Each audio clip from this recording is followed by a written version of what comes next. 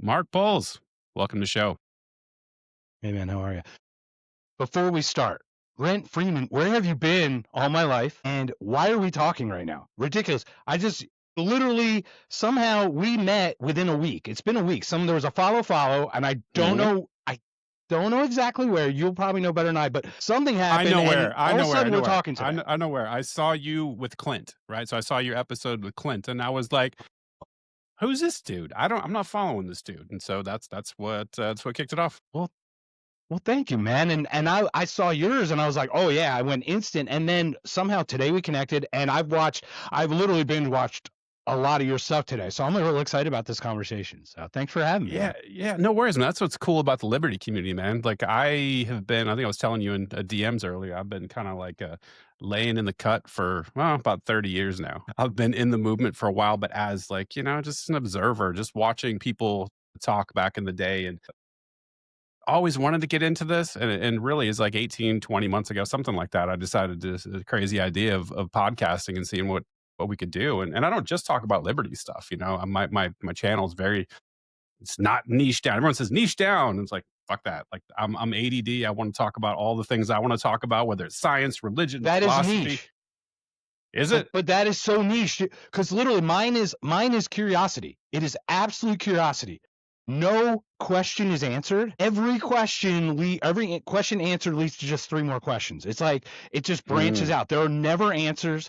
It is a continual playground. It's a sandbox. This is all like the ideas, the play of ideas. This is what it's all about. Like my head is buzzing. I'll do 3 hours of this, and my head, I won't sleep. I won't sleep tonight probably because I will just be just in this weird like buzzy level, like we hit something. Yeah, that's where the magic happens though, man. That's when you're really vibing with somebody. And I really do vibe with you. Like just from the little brief interactions we've had, like we're into the same stuff. We have a similar background, we're Yeah. similar age, and I'm here for it, man. Yeah, it was weird. It's like this weird Venn diagrammy thing of these liberty movements. Like I'm telling you, I've been chasing Clint since December of 2023, man. This is no joke. Like you want to talk about grind? I've met the dude. I met the dude 3 times. So it's not like, I've taken a selfie, all that stuff, talk with him and Luke Rudkowski, Dave Smith, all these guys. But like he was someone who hit this stratosphere in like February, right before Ellen's, and I just missed it. It's like I just whoosh, and it was like, and that he gave me the time of day. And today he's talking to Ian Carroll and Dave Smith today or last Saw night. I'm not that. sure it was last night or today, I think it's today. but he talked to me this week. I got to talk to him the week after. Like, I'll be honest, Joshua Lysick, if you know him, he's a Hmm. co-writer with Yeah, yeah. Pasobic on Humans. I talked to him 5 days after Charlie Kirk was he didn't. We were the first podcast that he got to talk to, or that he shared just thoughts. And it's like, I don't know how that happened. Scott Horton planned forever. 12 days after October 7th, I had him on the show, October 19th. Wow. But like, but once again, to your point, nobody watches. I'm just blessed. And this is what got me. This is a crazy one. Scott Horton, October 19th, 2023, is on Julian Dory last like a month ago. 1.03 million subscribers on his YouTube channel. So I go click on mine and I have 148. And like all I care about in that moment though, I swear to God, all I care about is that Scott Horton is being broadcast in front of 1 million people because his message is so spectacular. That's all I care about. And maybe that's to our detriment. Maybe that's you too, is we're so interested in pushing the message. We're not pushing us to be the messenger. We're just pushing the message. Maybe that's a thing. Yeah, I don't even know if I'm pushing the message, like I think the Maybe older and living the it. more mature that I've gotten with the sort of liberty arc, I'm not that interested in changing people's mind. If anything, I'm interested in having my mind changed, right? Like I think that the value is in having these conversations. And if 3 people watch or 300,000 people watch, I get the same amount out of it. Like I'm not here sort of Right. chasing monetization and trying to get rich from doing this stuff. Or I clearly don't want to be famous. Actually, that's the thing that scares me the most about this.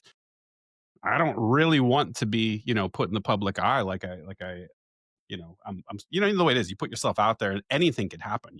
And people are fucking weird on the internet, man. People try to take people down. They try to dig into your past. They try to get your personal life. They get weird and dox you. Try to get you fired from your job and find your family. Like it's a weird thing to be out in the public eye like that. So like I don't revel in it, and I'm not looking for, followers or subscribers, none of that shit. Like I truly get geeked out from having these conversations. They're for me. And if somebody else finds some value in them, cool. That's kind of where I'm at. And I'm really not looking to, I would love it if people would decide that, hey, liberty is kind of a cool thing and we should maybe, organize society, not through, organized violence and, like that would be a great idea in my view. But am I confident that it's going to happen? Do I see the needle swinging that way? No, it's kind of going the opposite direction. So I'm kind of like, free myself, try to get myself and my family in the best position possible. Let's have the conversation. Let's put forward the ideas and maybe somebody will pick up on it. And if not, I'm cool with that too. So let's not talk liberty. Let's talk all the other cool shit. Let's do it. Yeah, I think you had the NDE thing you wanted to talk about. I'm so curious about this, man. Tell me about that. Well, all right. I did a podcast on it. I didn't share it with you because this is going to be fresh. Like, first of all, when I speak like liberty message, I just talk like live as free as you want and flip the bird at everyone else. Do it as long as you don't take them down for you to go up or all that stuff, all the NAP stuff.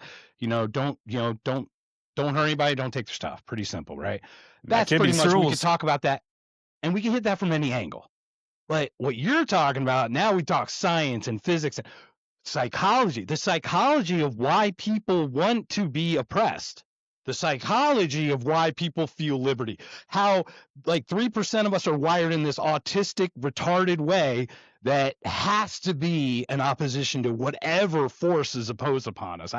You probably have this natural thing inside you, right? It's this bubble, like, do not tell me what to do. Gravity, if gravity actually had a voice and said, I'm going to hold you to the ground, I'd be like, fuck you, gravity. You ain't doing that shit to me anymore. I know that doesn't work, but you understand the ideology. Anyway, so totally do. So the NDE, I'll try to be as quick as I can, but 1988, June 21st. By the way, let's be clear here because people might not know what NDE stands for. Maybe. Yeah, please. Yeah, so you've had a couple people. Please, would you mind introducing it because you've had a couple people with these experiences? So this is your audience a little more. So sure. Yeah, it's near-death experiences, right? So I think the most famous one is Delbert Larson, Dr. Delbert Larson, who is amazing. By the way, check out the episodes if you want to. He's got a rebooted theory of quantum luminiferous ether to sort of dispossess Einstein's general relativity.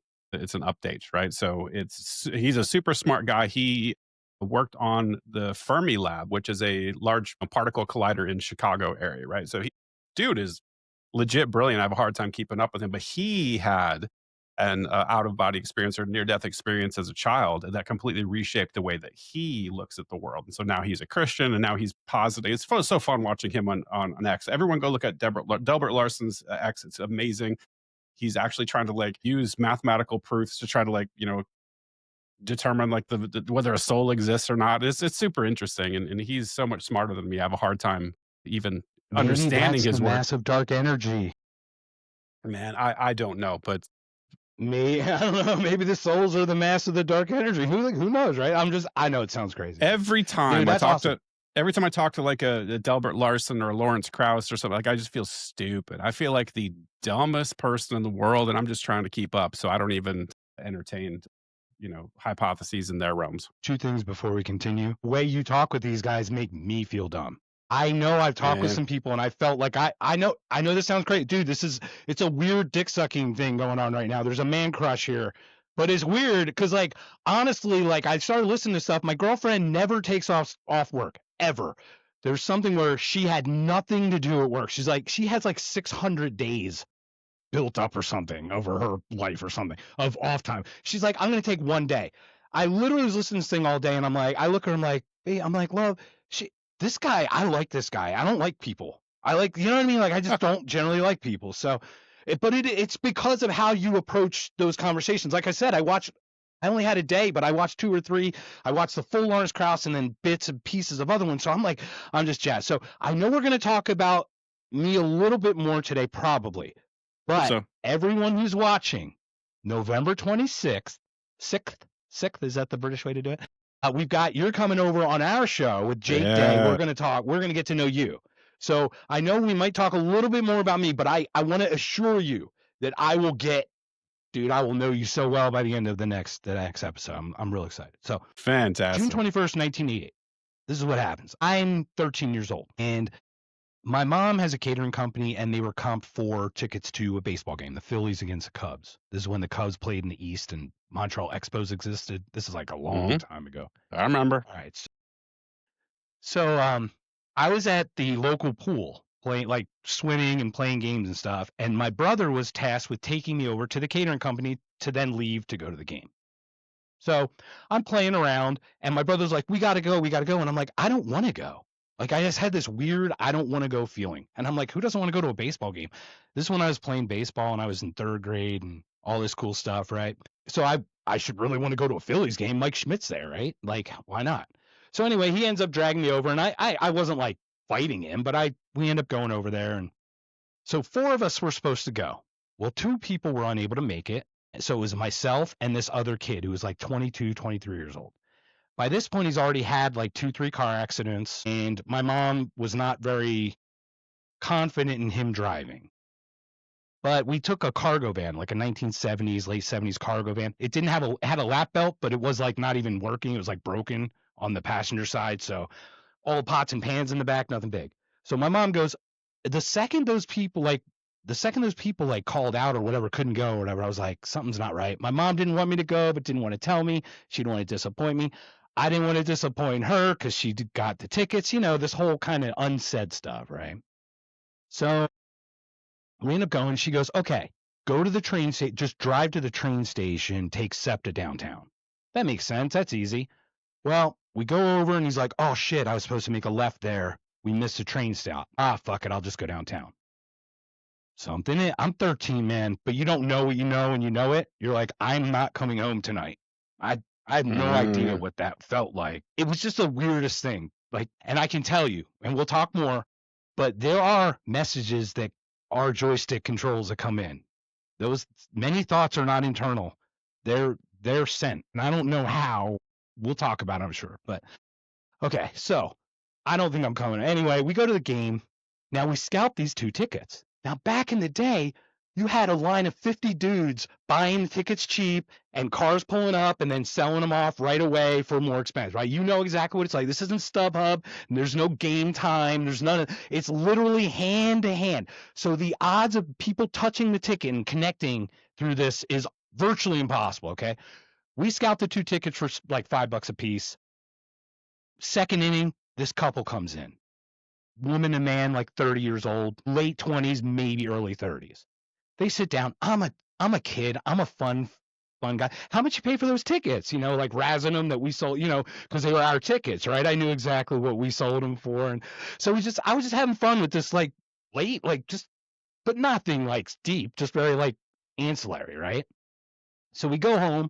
We're on the way home, and we're driving back, and it's like a place where it goes from like 5 lanes into 2. There's a place called the Schuylkill Expressway in Philly. It's called the Schuylkill Expressway for a reason.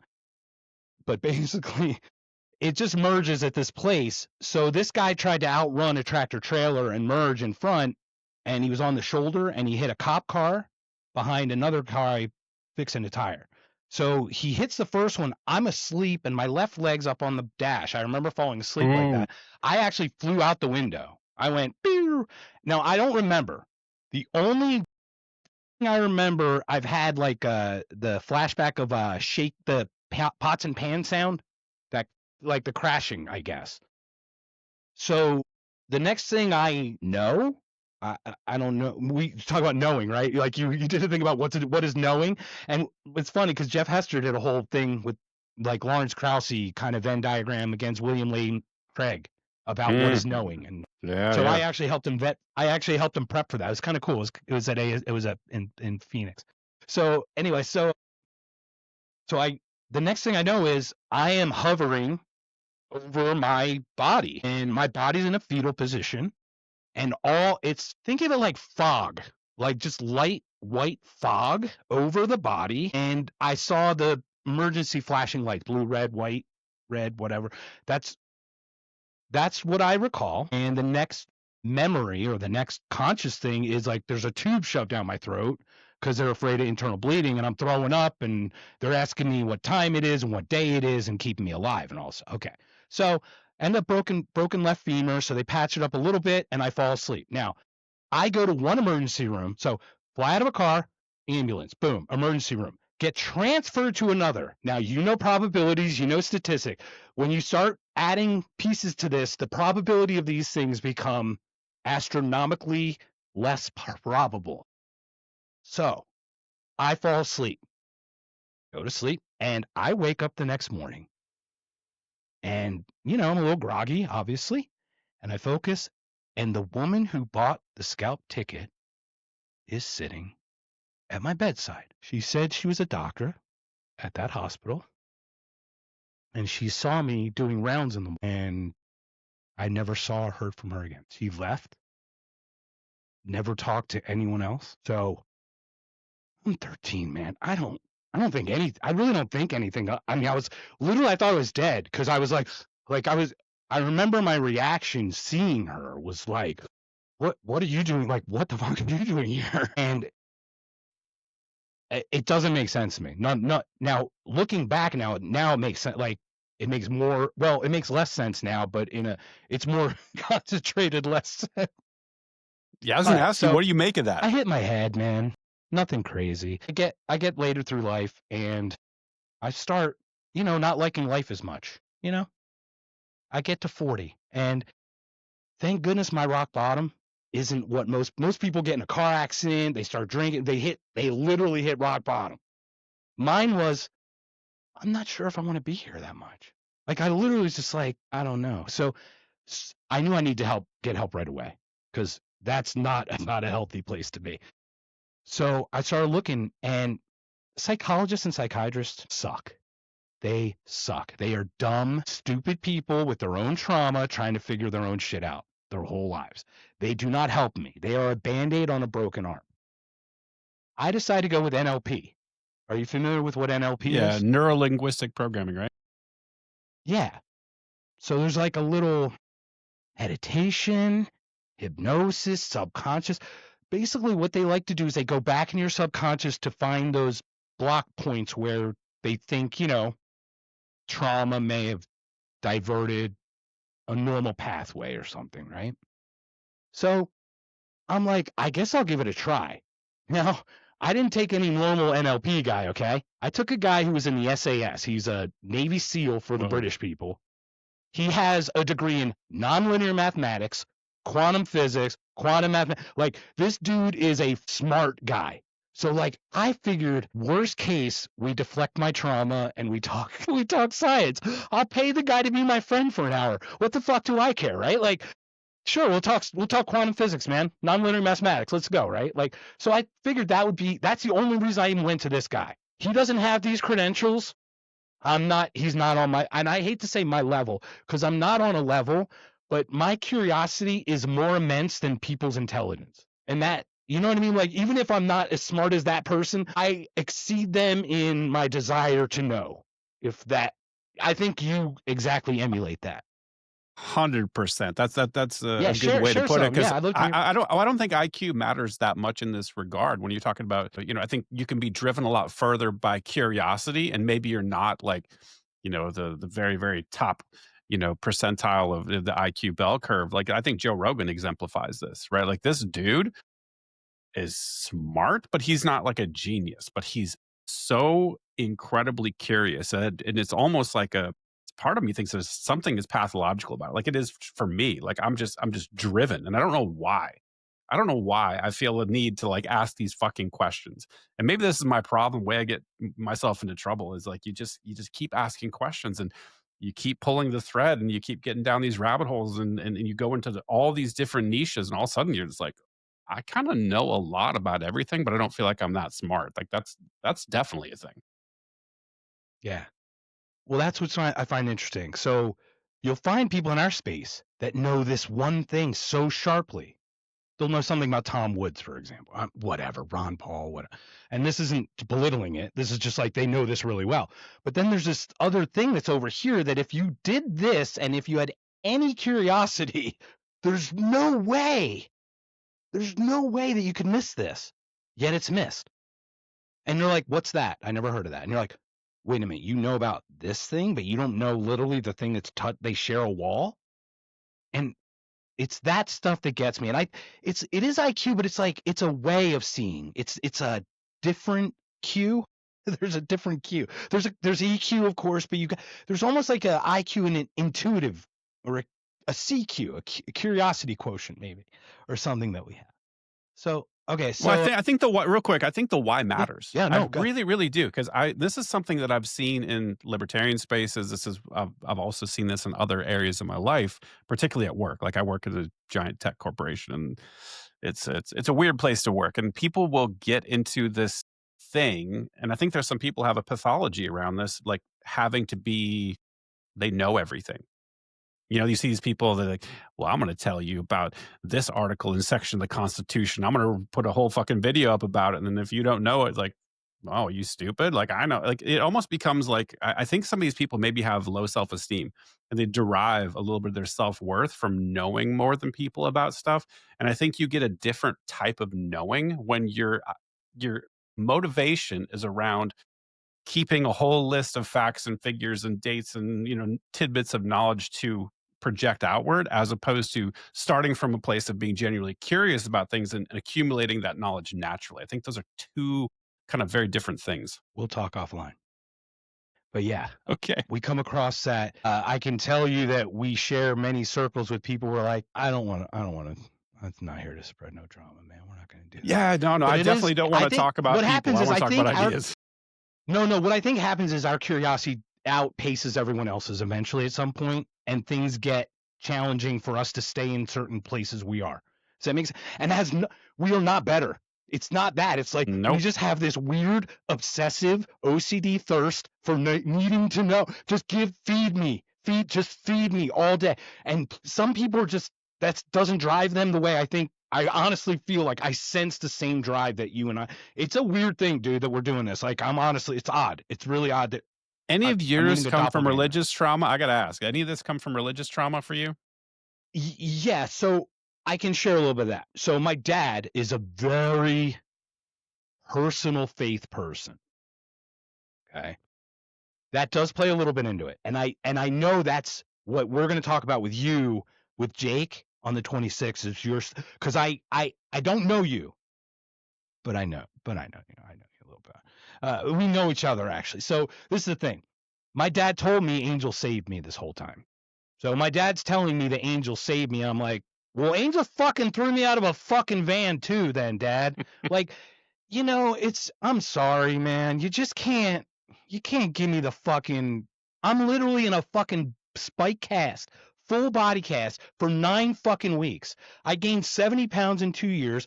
I ballooned up to 312 pounds by the time I finally lost weight in my 40s. 40s. Nothing but absolute out of this thing was hell for me. And the angels saved me. Fuck yeah, I guess they did. Yay. Thank you for saving me. Anyway, so all right, so I go to this guy. I walk into his office, and he does, you know how they do those introductory, like, hey, $35 for the first hour. Normally it's 70, but we'll do it half off for, we'll check you out, kick the tires a little bit, see if you're worthy of needing some mental help or whatever bullshit is. So I walk into the place, and I walk into his little room. So he's got a breakout room with like a little, like a love seat that you sit on. He's got like a big cushion chair that he sits in. And I walk in, and I literally scan the room, and I bet you do it too. When you go into a room, are you threat assessing? Like, do you look at everything on the walls, what's hanging, like where the things are, the placement, where the seating is? It depends. I'm ADD as fuck, so I'll do a couple of things. I'll either hyper focus on some stuff. It's not threat assessment though. Like it's more that curiosity thing. I'm like, oh, he went to Northwestern University, and there's a picture of his family. Like there's elements that I'll pick up and put in the back of my memory banks, but it's not like threat assessment, like operational Right. security Yeah, or I don't anything. know. I guess I call it threat assessment just because it's like when you go into a restaurant, you're like, okay, there's the exit, there's that, but you're like aware, right? You're aware of the environment. So I walk into this guy now. I am internally like very much hurting right now. And I walk in, I sit down, I look at him. He looks at me and he goes, "You're different, dude." Dude, it's fucking. He looked at me right away. I mean, that's it, right? You're different. You Everybody got wants to me. feel special. How much money do you want, sir? How much money do you like? I just wanted someone to tell me that they know. Like, and I think you know what I mean. You Mhm. probably experience it. All right, so not a big deal. I start working with this guy, and I'm having great conversations, and he's telling me I'm not going to talk about my family stuff, but my family's German. Do you know who Adam Coleman is? He's on I know the name, but I can't picture him. Wrong Speak. Okay, yeah, he and Spike Cohen are really good friends. So if you know Spike, I know Spike. He's Wrong Speak. Yeah, he's Wrong Speak on whatever. So Adam and I share like our parent stuff because like his father much different than his experience, much different than mine. So like he said something and then I wrote something back and he goes, "Oh, your dad's German." Like, yeah, my dad was born in Hamburg in 1940. My mom was born like 60 miles from Dresden in 1944. Yeah, like German. My mom escaped East Germany in 1953 with my grandmother, aunt, and my grandfather. Dude, I should not freaking be here, my friend. I am absolutely blessed. My dad came alone at 19, left Germany all by himself. He had a sibling who died, malnutrition. They walked hand in hand from Hamburg to Berlin, and it's like, or Hamburg to Berlin. And they're like, I had nothing left. My grandmother had nothing left for her one child. And you're like, what? How am I here? Anyway, so I got German. So they just push whatever they think is like, you're getting what they get, right? So my dad was pretty religious. So the angels saved me, blah, blah, blah. So I'm talking to this guy and he goes, okay, next week we're going to do a little meditation. Think it's not hypnosis, but just think I'm going to do a guide. And I've never, not a single time. This is 2015, and I've never done this ever. I'm 40. Yeah, I'm 40 years old, about to turn 41. Never done a guide. I'm like, what is this bougie fucking meditation shit? I am all you. Science, lucidity, reason, logic. If you can right now, this is the thing. You go back in time with a Bic lighter and you go in front of a caveman and you go like this and you make fire, you're going to get worshipped or stoned. There's nothing magical to you and I about that. And all I think is everything that we haven't learned is just science undiscovered. That's just really what it is. That's it. That is absolutely So I'm hoping, I think you feel the same, this intensity. So, all right. So I'm like, all right, I'm game. Let's do this. So I kind of sit down. I'm not laying, but I'm just relaxed in a sitting position. He goes, okay, you're on the beach and you pick up a blue sapphire and you're looking at it. And in the sky, there's I think that Forrest Gump feather. Mm. He's like, there's an eagle feather in the sky. And so I'm like visualizing what he's telling me. And I'm kind of relaxed. And he goes, there are these sheets of glass in the sky and they rotate. And on them, you see pictures is what he's telling. He didn't tell me what. He goes, you see images. And remember when you looked in a store like Christmas to look at the TVs through the shop window like that? It's kind of like that's what these sheets of glass kind of look like. You were looking through into a portal. So this is a Thursday. Sheet turns. 2015.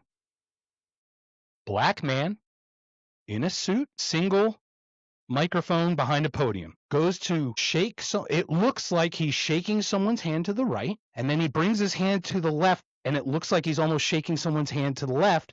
And I see flash, and I'm like in this thing, and I physically had a reaction, and I jerked out of it. I had a tear, and I said, just knee-jerk reaction. I'll explain. The subconscious. I just saw Obama get shot. Fucking just flew out of my face. Dude looks at me. What's the reaction of a guy who puts you through a meditation and you just come out and go, Obama's been shot? What was your initial reaction would be? That would be like, where the fuck did that come from? That's my reaction. He looks at me and he says, that will happen here or that happened in another dimension. All right. Now for me, it gets better. And once again, if I didn't experience this, I wouldn't believe it. I'm just telling you right now, I wouldn't. You can look at me like, you can tell me that I'm lucid in like the way I'm telling you this. I experienced that. This is what I saw. Like you could take for whatever it is, but this is what I experienced. So I come in the next Thursday and he's like, "Hey, you been watching the news?" I'm like, "Yeah, I guess." And I wasn't into like real like I watch stuff, but I didn't really watch. So he goes, "Remember that there was a shooting yesterday you heard about, right?" I'm like, "Yeah, there's some pastor in South Carolina." He looks at me, he goes, "That's what you saw. I saw Clementa Pinckney get shot." Whoa. Now, I'm going to explain this in the most, and I have the video. When he tells me this, okay, first of all, when he tells me this did happen or will happen, and then tells me it did happen and it was this other guy, but remember, black guy in a podium in a suit in a meditation in 2015 is Obama. It's the only black guy I could even think about associating, you know what I mean? So like coming out of the vision, totally understandable. April 2015, Clementa Pinckney has a state assembly speech in the state of South Carolina. He's a state assemblyman. He gets up to talk and he makes the mannerisms exactly the vision I saw. And when I watched it, once again, I had to hunt just like Clementa Pinckney videos, right? Like literally, I was just looking, who's this guy? Because I honestly had no clue. So I look him up, hairs on my arm start standing up as I'm watching the video. And I'm like, holy fuck. And I'm shaking, like you can see it now. Like that's what I fucking saw. So What do you think yeah, that was? so that, I gotta ask, man. What do you think that was? long story short, I'm going to give you the conclusion first, kind of like the documentary has, like a Dinesh D'Souza documentary.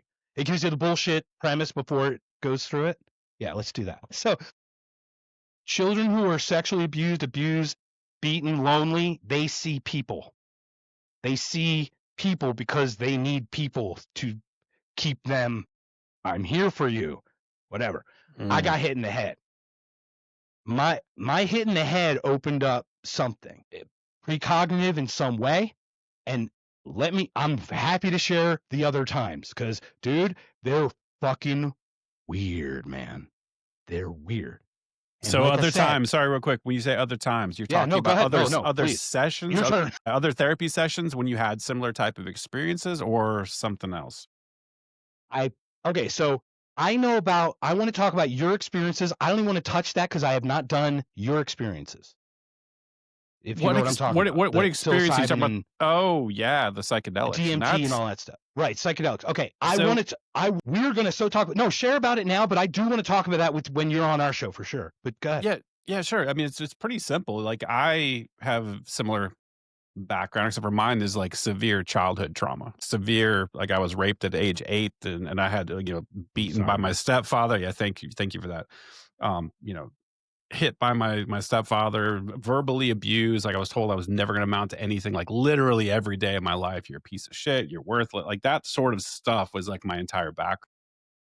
I've struggled with a bunch of stuff over the years, because of that, and I was in, like you, like early 40s, and I went to see somebody about it.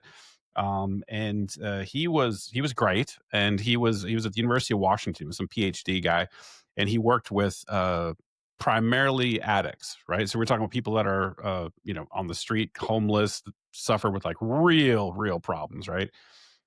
And he kind of went through the whole therapy thing with him, and he was like, look, you're actually doing pretty good. Like you're self-aware. Because I'd already done that thing with the curiosity, and I've diagnosed myself. I'd already looked at all of the different modalities around therapy, and I knew all the head knowledge, and he's like, I can't help you that much, dude. He's like, when you look at your history, he's like, you're doing fantastic relative to where you should be. He said, I've seen people that had half of the history that you did that are in the gutter right now. And he's like, be thankful that that's not you. You're able to sort of be highly functioning. And he's like, count your blessings. And oh, by the way, because he was also a long-term meditator.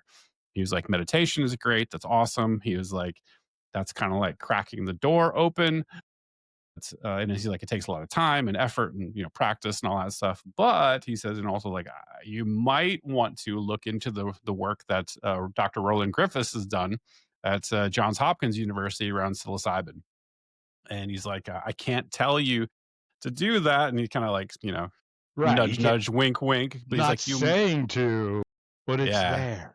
Yeah. And so he knew me well enough. He knew that he would throw me that curiosity nugget and I would gobble it up. And so I did. I went and I, acquired uh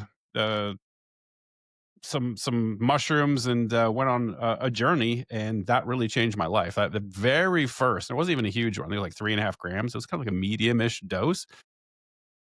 All of a sudden, and I was by the way, in this period, I was in my kind of Reddit atheist phase. Like I was that insufferable asshole that was just down that rabbit hole, and I was very deep If into you're anywhere philosophy. in the libertarian space, you're a disagreeable prick. I mean, come on, let's just not kid ourselves. We're Pretty much, honest, and I think a lot of disagreeable, whatever. libertarians have got a trauma history too. I think that's one of the reasons why Well, they focus on the NAP. It's always like, "Hey, don't aggress against me, asshole," because I I have a also really think it's I also think it's secular. I think the way they're wired causes people to treat them a certain way that Mm, exacerbates the thing, and then they internal like I actually think it's like on steroids for those people, like for some people who really are special and special in a way that you can't measure like on paper, but you just know it.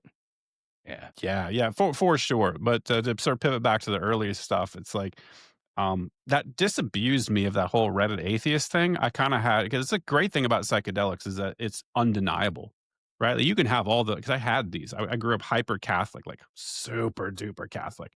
And I was Protestant for a while, and like I knew all that head knowledge. I knew all the scriptures, and I knew like, but had zero connection to any of it. It was just dead. It was just like reading an encyclopedia or something, you know. And psychedelics are like a direct head-on encounter with the transcendent. Like you can't escape it. And to this day, I'm I like, I think don't it's know what. isn't it like a direct head-on encounter with yourself? I mean, there's like a No, wall of you. no, no, So what no, okay, so no. it's not facing your own stuff? What It yeah, I mean, does. It okay. does. It does. And Okay, this is I where do it want to gets. get deep into this when we talk on the 26th for sure, but I love just please share a little bit of this because I'm sure maybe a lot of your audience may not have heard some of this stuff. So Yeah, please. for sure. It's not. I mean, it does cause you to confront yourself, but it's not like even. It feels like it's not you confronting yourself, and this is where things get weird. Because by the way, yeah, I always have to caveat everything. Was like I was on drugs, y'all. Like let's not get it twisted. I'm just talking about the experiential, the way it felt, the way the experience is like. It feels very much like you are coming into contact with God, the universe, whatever you want to call it. It is the most, and I don't use this word often and I don't use it lightly, like a sacred experience. Like and I got that feeling, and I do every time I get this feeling like the universe pulls back a curtain and lets you in on this just amazing secret. Like the visuals, the way everything feels interconnected. You feel like one with the universe. It sounds all hippy dippy and lame, but it's true. Like it happens, and you. I haven't even shared the scratch the surface, man. I only shared the first thing. So yeah, no, but I get it. Please continue, man. But I'm loving what you're sharing. yeah, but you just feel like okay, you're being brought in, like you're brought into the space. You're welcomed in, sometimes it's So it's a wonderful. And guide. It's almost your guide. Like it's like come to the community. It's like this is where we are going to show you maybe. yeah, yeah, but then it gets real weird. Like I'm talking, it Right. gets fantastically weird, especially if you just kind I've of heard close your eyes, shapes put on and designs and things like that, and that's where every. it gets yeah. But it's weird. Mushrooms very weird too because it's so organic. Like my perception of psychedelics before I did them came from cartoons and movies, and like that's not Yeah, what eat it's. you eat bag of weed and you get all high. Like, dude, It's you do it's it not know how THCA works when you don't burn if you don't burn. yeah. Like you're just. It's so hard to explain, and that's one of the actually the things that Roland Griffiths work and Johns Hopkins came with is one of the primary like symptoms or that's not the right word, but primary characteristics of a psychedelic trip are inability to use language to properly describe it. You just can't. It's like being dropped on Pandora from like the movie Avatar. Like Describe red. Describe red, yeah, Brent. Like yeah, seriously, you can't. I get it. So Yeah, so it's a it that qualia, right? It's like you can't describe the qualia that it is. Yeah. exactly, but it so intensely feels like you are coming into contact with something else. It's like I said, it's a direct encounter with what I would call God. Like I'm not a theist. I don't even know what to call this thing, but I know it's real.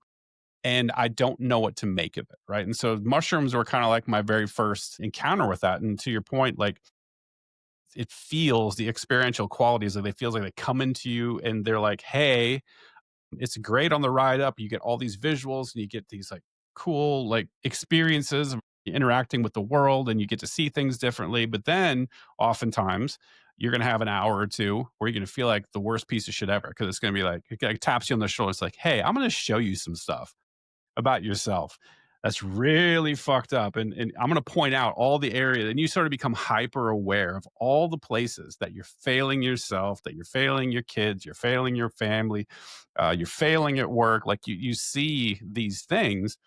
And what the great part about it is though, is like a lot of it breaks a lot of patterns. Like, as you know, people that come from a trauma history, they got all sorts of problems and things are interconnected and they're complicated to suss out, especially if it's complex trauma. But it sort of like will point you to something and say, hey, you see this thing over here? You're fucking up because of this over here. And you wouldn't even have connected those two things together. But in the experience, it's like, oh shit, it's like so obvious and it never leaves you. Like when you've made the connection, when you've seen it, it's just like, oh, I'm doing that because of that. Okay, cool. And then it lets you down easy. What I love about mushrooms is like, even though you go through a little bit of hell with it sometimes, it lets you down nice and easy. The come down's very nice. Everything's beautiful afterwards. And it kind of pats you on the butt. It's like, all right, go out there and try to be better. And you do. You walk Go out of get the him, experience. Tiger. Yeah, you walk out of the experience like with so much more self knowledge and this desire to be like, I want to be a better person. I don't want to be a piece of shit. I don't want to treat people wrong, even if it's accidental. You just have this motivation to like, I want to make the world a better place. That's kind of sort of flowed into the artwork of the podcast. I don't know if you paid attention to our artwork, but it's very psychedelic and it's always like it's aiming up, man. It's like it's trying to get a little bit better all the time. And that is the core of psychedelics. I think it connects you with whatever that divine force in the universe is. It's not evil. It's not bad. It's a good thing. It's a positive. It wants the best for us. That's what it feels like. Now, ontologically, I'm not really making any claims. Like I said, I'll always default back to, well, I'm on drugs. You experienced what you experienced. For sure. You even, like, to your point, half of it's ineffable. So how are you going to just explain it to me to where I could even possibly begin to give you the credibility to understand? Like, there's no way to do it. I believe I believe you experienced what you experienced. Because trust me, I haven't even started, man. Have you ever done any psychedelics at all? I just vape. That's not a psychedelic, man. No. So I started doing this after I started seeking help. I do it more than I'd like now, but I don't remember my dreams now. And if you had the dreams I had, I think you'd probably be okay with that. So that's kind of why I'm okay being on this stuff, because I feel not so bad. So if I may, meanwhile, back at the office, whatever. Jeff Danes is the guy. NLP inspires NLP. He works with some amazing. Anyway, he tells me that this is what I saw. So I start digging deep, man. I start going, what did I see? Blah, huh, this is crazy. No, So I start going to meditation. I'm going to talk to these people. I talk, blah, blah, blah, blah. I go to this meditation 3 months later. And this is 2015, late 2015, or yeah, it would be late 2015. I'm in a meditation and all of a sudden I get transported, that transport thing. I'm in this hotel room, like hotel lobby. I don't know what, like old timey, dark wood, the cubby holes behind. It's a desk. It's a whole front thing. Crazy thing, right? And I'm walking up to I look to the right and think of like two doors with glass on them so you can see into the doors. They're glass doors, but they have like framework and bezel. They're just beveled. They're really nice looking. I look in. There's an orange-haired guy with weird hair toasting with this blonde woman and this other guy. And this guy that looks just like Mike Pence. But it's not Mike Pence. This is where it gets fucking weird to me. This is where it really got fucking weird to me. Now think of a guy who my therapist might know. Now, don't say the name, please. But think of a guy who looks like Mike Pence, who you would know from the military from us growing up. Now, let's just stop there. I'm just going to leave it there. Now, because I have to be extremely careful because I'm trying to protect other people too. So I have my next session with my guy. And right before we leave, I didn't even think anything of it. I go, oh, by the way, I did a meditation. You know what I mean? It's like one of these like last minute things like, oh yeah, I thought it was fun. Like, this is what I saw. And it was like, to me, it was like Trump celebrating. It was weird. That's what I got from it because I saw Mike Pence's doppelganger I know you know who I'm talking about. Now we'll Mhm. probably talk offline, but this is what happened. So I go, hey, I saw who I think is Trump celebrating with who I think is Mike Pence, but like I did with Obama, this is who I saw, but I think it was Mike Pence. I'm trying to do the thing that I'm trying to be ahead of it. My guy doesn't break character. My guy is the baddest motherfucker on the face of this planet. And he fucking broke. And he stopped on his chair and he sounded me as he said, you saw who? You saw who? And I go, I saw this guy, but I think it's Mike Pence. And he slowly slides back in his chair and he has like horror on, like he's got his eyes are getting, he goes, I served under this guy in South America and I got my first kill under his command. And I have a phone call with him tomorrow night. Now I think you know who I'm talking about. I think I do. I think you do, and I'm pretty sure we'll talk offline. But now I just fucking freaked out. The dude who got me freaked out the first fucking he broke, and this dude doesn't do this. You know what I mean? Like this is not what he is. So I think he's thinking I know shit about him that he shouldn't know that I should know because he's in that world. You know what I mean? Like it's weird. So either he knows it's legit or whatever. Maybe he was in the same programs they did. Like I'm not kidding. The stare goat stuff. Like I'm not going to put it past anybody, man. If he saw that and he brought that out, I don't know, whatever. I can't explain it. I can't explain it. So then I really start going down the rabbit hole. So let's shift over to you a little bit. I love to hear just some of your thoughts because I want to share the next thing I do is a past life regression. And if you think people's past life regressions are weird, you ain't heard nothing yet. So up to you Yeah, where you're at I right now. I don't have much of a thought on past life regression, the same way I don't have any thoughts really on reincarnation. Well, I don't have no thoughts. It's one of those things that never made sense to me. Maybe that's a better way to put it, because I'm doing the math, right? Like, okay, well, the math doesn't math to me as far as, coming back as this and that and the other. Like, I don't know. But one of the things that made me at least consider it was Dr. Rick Strassman's book, a DMT, the spirit molecule. You heard that before? Yes, And 100%. I went to that after the trust me. Yeah. so, yeah, so there's Now, I a want to be lot of, clear. Look, a lot of these past life people are like, I was Napoleon. Let me assure you, when I share it, you're gonna be like, oh, there's no way you would admit that you were this. There's no fucking way that you could have. You know what I'm saying? It's like it's not like I was a princess in a fucking Rapunzel land where I was taken away by the prince. You know all that bullshit. It was nothing like that. But I get to your point though about the seriousness of it. But the good news is I did record the past life regression.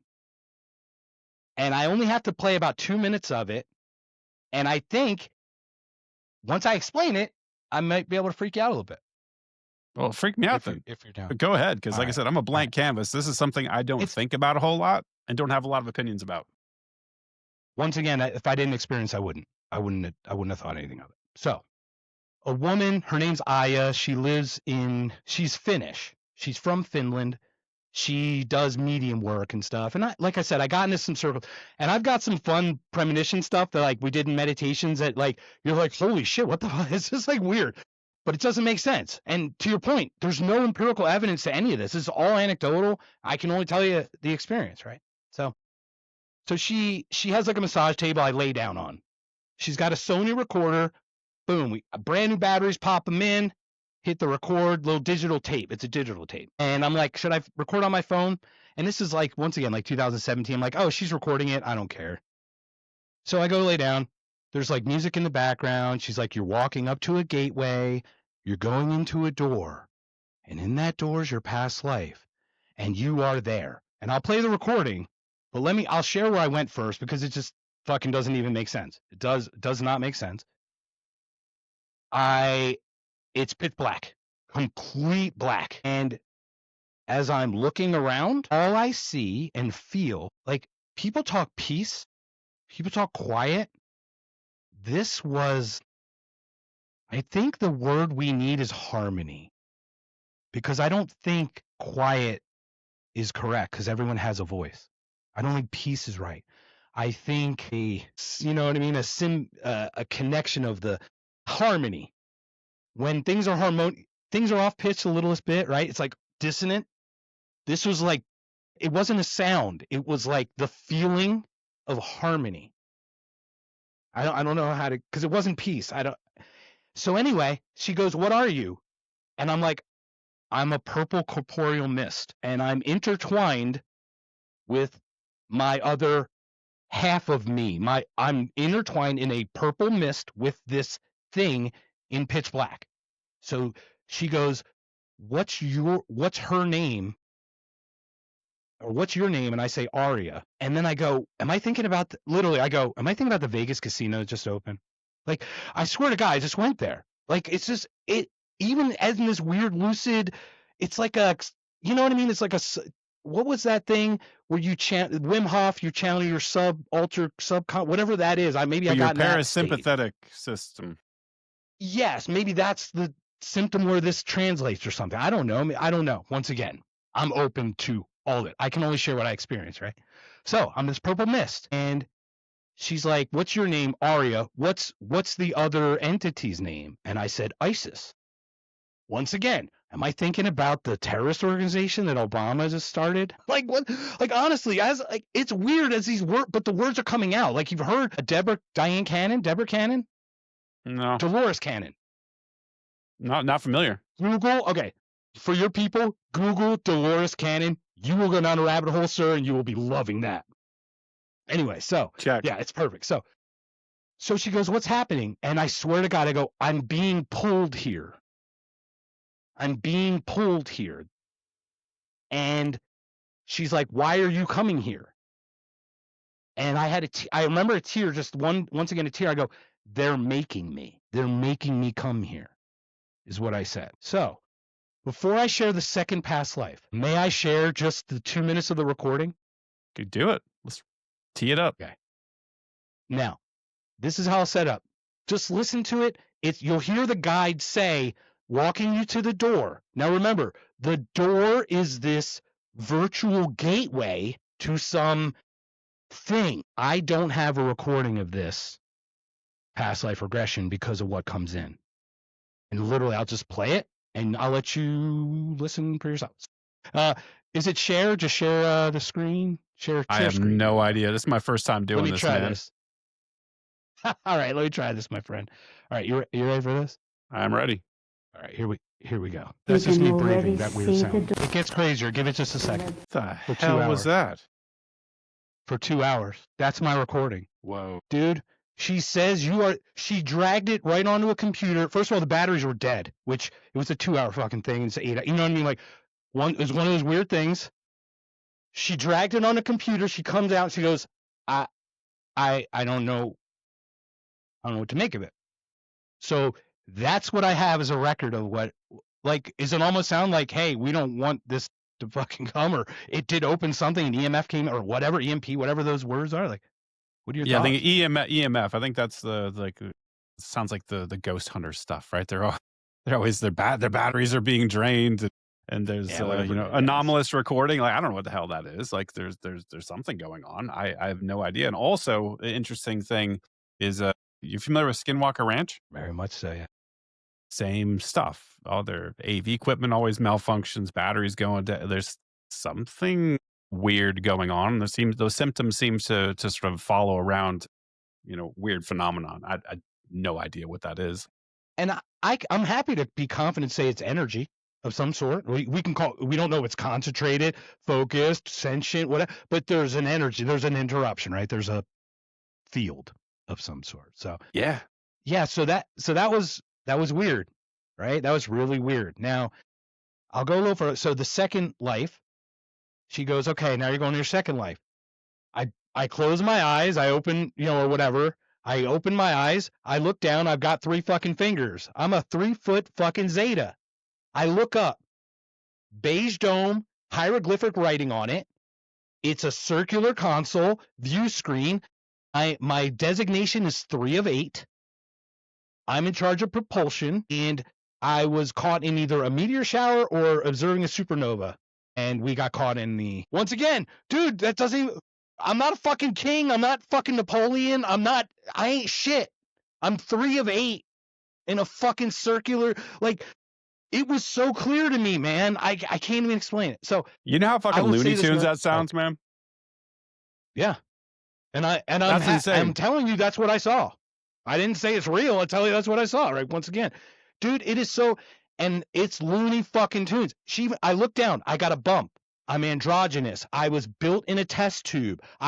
Dude, I was telling them everything I was, and I didn't have a mirror, so I didn't see the eyes, but I looked at there were like other beings on the, like, the big head, but I was like the gray, not the, like the other one, like there's the two, not the zeta. I was a Yeah, so zeta, by not the a way, gray I or don't something. know anything about aliens, so is any of Yeah. the alien But, lore oh, is even something better. I don't I'm I gonna think I get you read, hooked on like aliens now, Brent. Wait a minute, you don't maybe. like aliens? Come on. No, it's not like I don't like him. I read Whitney Strieber's book, like, way back in the day, and I kinda just it just that part never really grasped my it didn't really grasp my curiosity in that way because I don't know, it didn't seem real to me. Like, I guess the skeptic in me was like, "Well, hold on a second. Why the hell would" and even now, the more I think about things, I'm like, the way life tends to be evolving right now, where there's like these biological organisms, and now we got super smart computers, and we're gonna probably put fucking Elon's Neuralink chip in our heads, and then meld, flesh and machine, and eventually it's gonna turn into straight machines. These robots, self-replicating robots, and then they could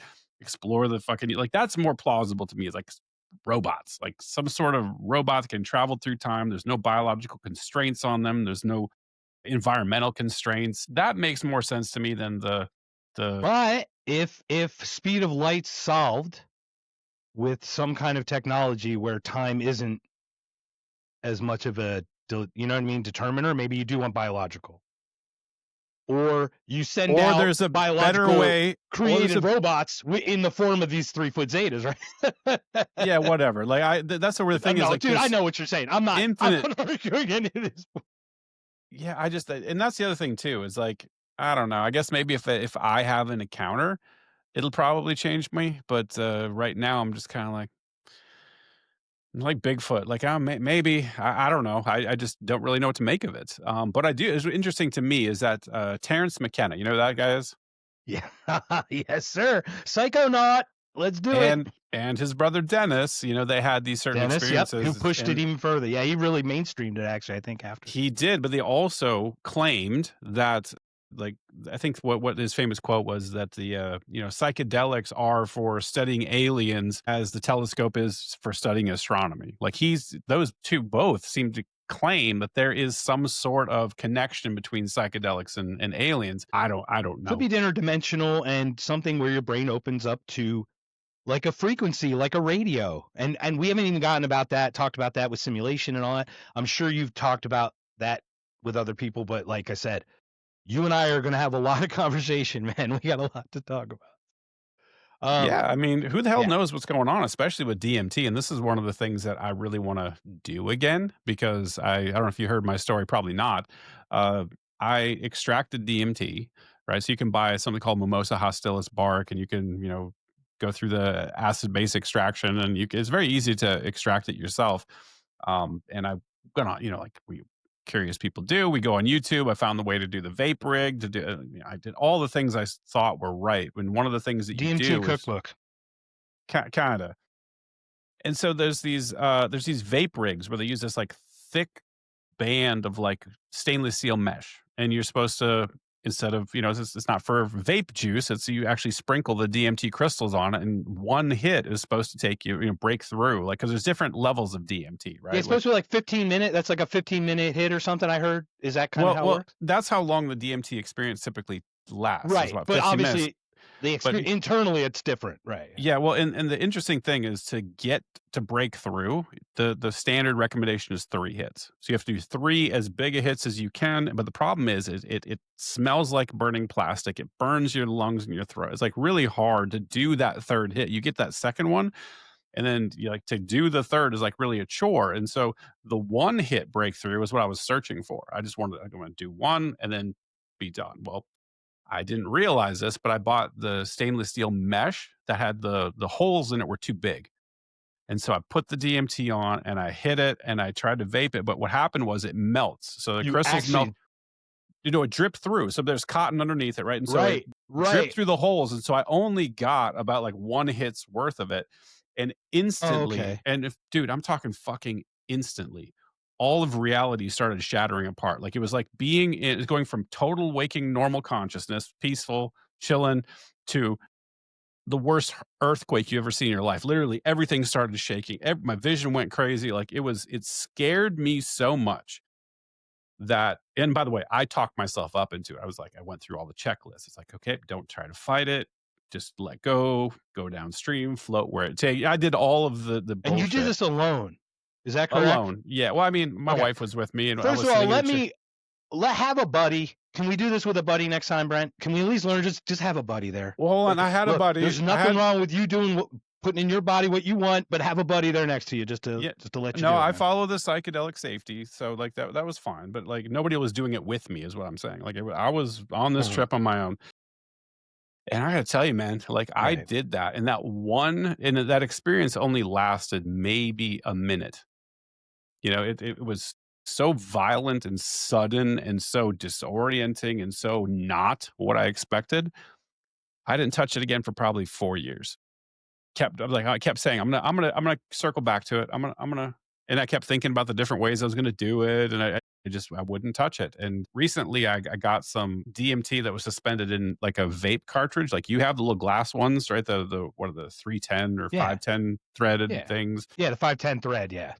And I experimented with some DMT that way, and I didn't break through, but I did get pretty far along on that journey. What I like about it is it allows you to ride it a little bit more. It's not so violent, it's not so sudden, but I don't think there's any way I'm going to actually break through on this stuff. So I don't know what the purpose of that story was, but ultimately, like DMT is supposedly, like you talked about the door in your experience, there's always that picture puzzle door at the end, that very end of what makes you human or your consciousness or maybe this dimension.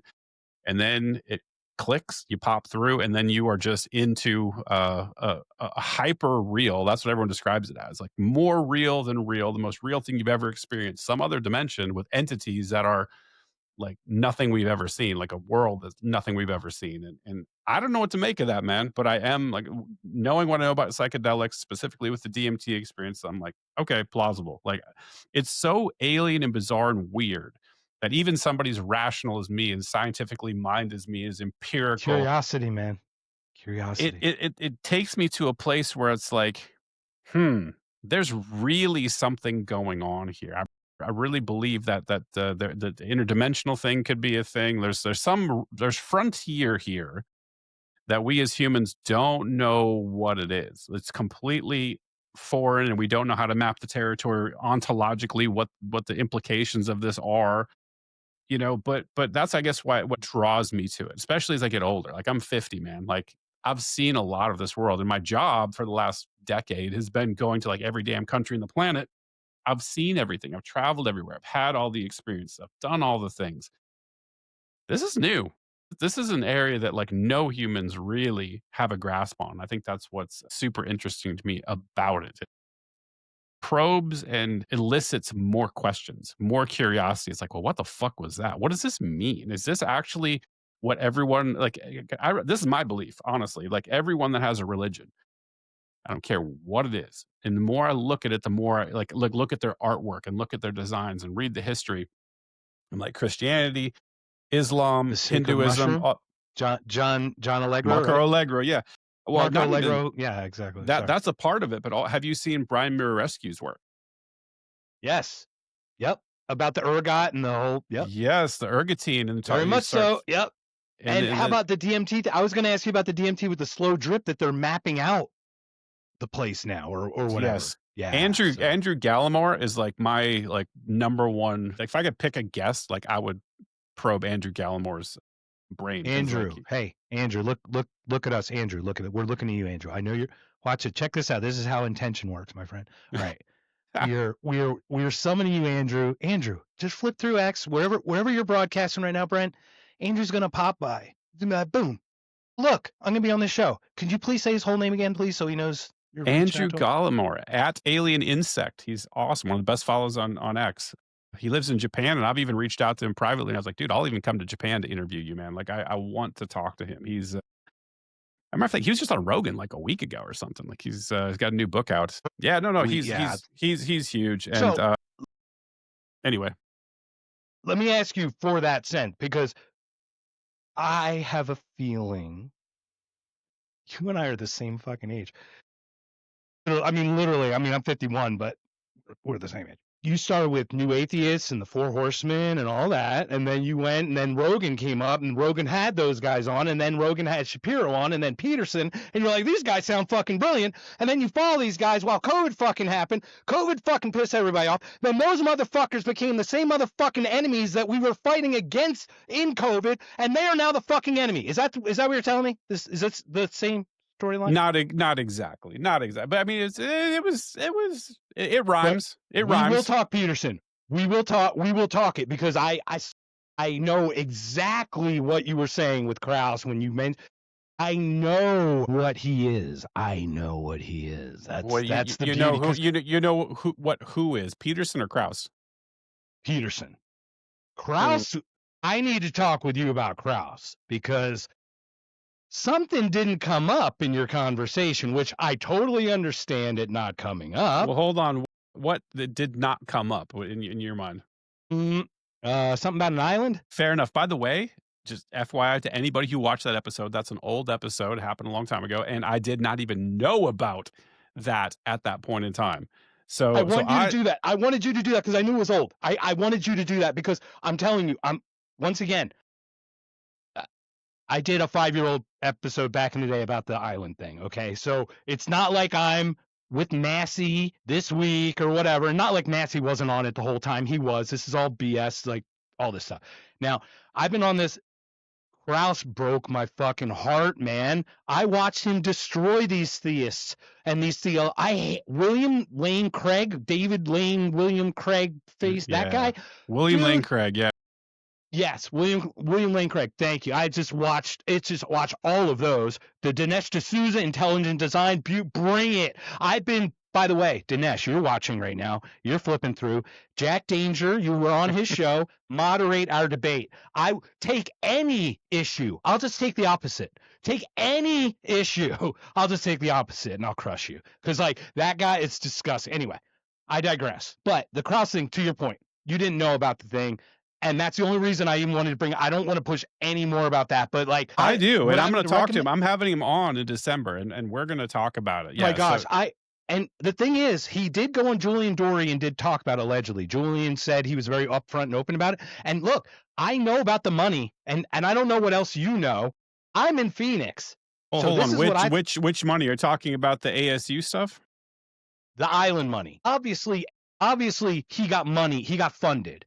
That's how the guy Epstein got everybody in the first place, right? He paid them.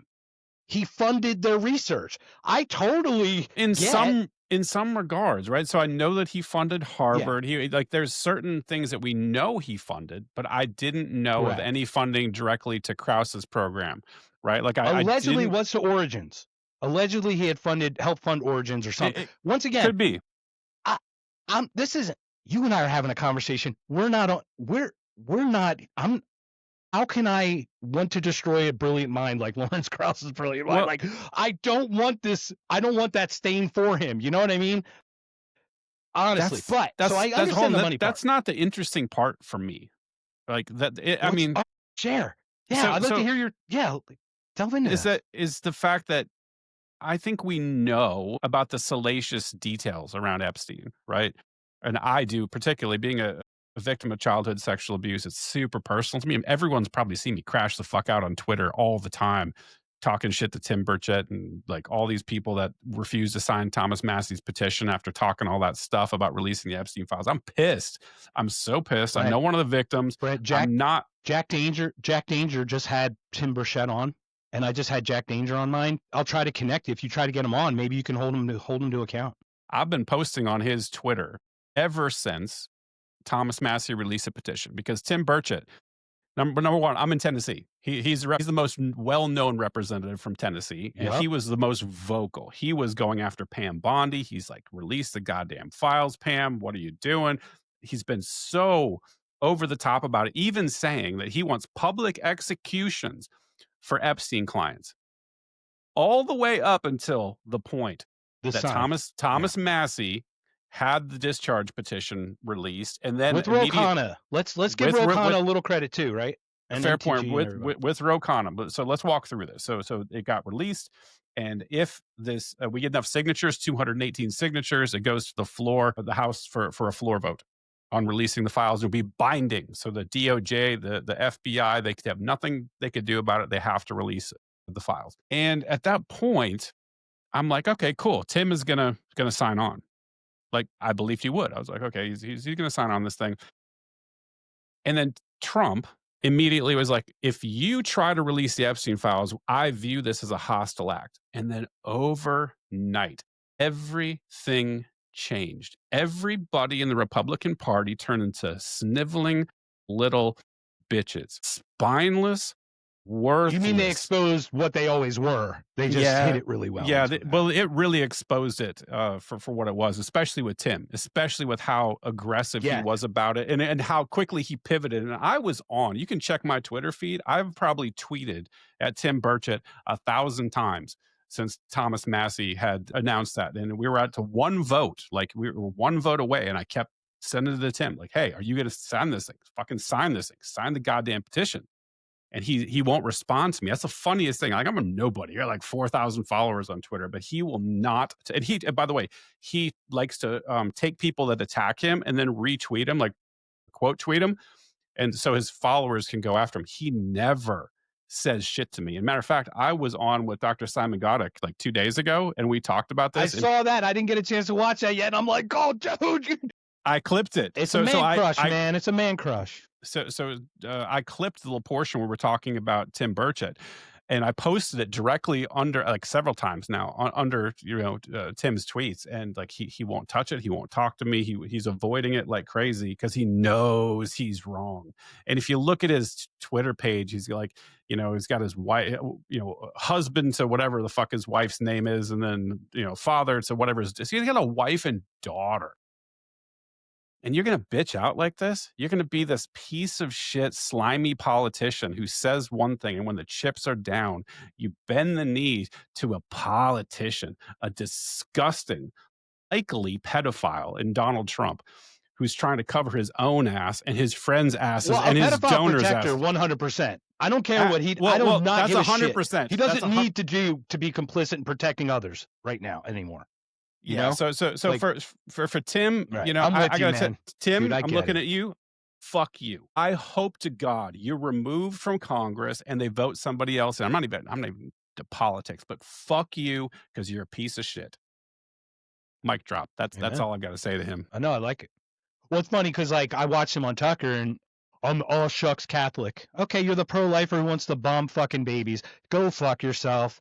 Go anybody who supports any fucking action to violate other people's lives or infringe on anything that is not in direct violation of them without defense, go fuck yourselves, man. Don't give me your bullshit. You cannot hide behind your goddamn fucking faith. You can't hide behind a Bible, the Schofield or the other one or the other. You just can't. It's bullshit. And we haven't even gotten there yet. And I think we'll talk about that on the 26th is really your journey about that, because clearly I have thoughts as well, but I really want to dissect yours. So how much more time do you have? I could sit here all day and I'm respectful, but I've got time. No, I got time, man. Tell me I got a couple more things. I've got probably 40 more minutes before I got to call it quits. All right. So let me hold on. Before we go past, I got to hold Tim's feet to fire and something else too. Cause he's like, I'm aw shucks. And I have a donkey and I make skateboards and I'm a conservative. He's like, I'm a conservative. Like, bitch, you voted for the big, beautiful bill. You voted for the most irresponsible, fiscally irresponsible piece of legislation in U.S. history. You absolute fraud. You are a fugazi. Anyway, I'll move past him now. I watched his interview with a woman about defending the big, beautiful bill. And I watched that after Tucker, before Jack Danger's interview, because I talked to Jack right after he talked to Tim, because I wanted to get his immediate thoughts and all this stuff. And I know you can smell it, like to your point. Okay, so I've got vibes, man. Cash Patel was at Freedom Fest on the panel with Clint Russell, and Clint was a good dude, very open minded, said all these nice things, and so I was like, and I couldn't tell him then because I'm nobody. Once again, what am I going to walk in like a crazy person? I'm like, Cash doesn't smell right, and Mm. it's it's a vibe. He's what I don't want to call him a coddler, but he's like one of those people that like that will do whatever. Like he'll just to be with the cool kids. He'll do what he needs to do to be like with the cool crowd or whatever. And he's not the integrity. He wasn't character. It wasn't integrity He that I is smelled. It was an self-serving. Cash opportunity. Patel is Yes, self it was an fucking opportunity he serving. smelled, not the principle, but the opportunity. And that's what I smelled right off the bat. This was 2 Freedom Fests ago in 24, and Clint's obviously you watched it. He admitted like dude, this is obviously we all got it wrong. And I don't hold Clint accountable. I've smelled people wrong before. Yeah, yeah. But I don't he wanna fessed up dunk to it. on And that's people, beautiful. but I gotta ask something, man, because this is something, and maybe it's an age thing. Like, maybe I'm just old enough and accumulated some wisdom, and I got good pattern recognition skills or whatever. But you can check my tweet history for this. Like, leading up to the election, I'm like, you all who are voting for Donald Trump are fucking insane. Like, this is not going to go the way you think it's gonna go. What are you doing, especially in the liberty community? Because it seemed like the libertarians were like all in. They were like, fuck yeah, Trump, let's go. We believe the bullshit. We believe all this stuff. Like, we're gonna bring Ron Paul in. We're gonna audit Fort Knox. We're gonna audit the Fed. We're gonna have Doge. We're gonna cut spending. And the whole fucking time, I'm like, you guys are being silly.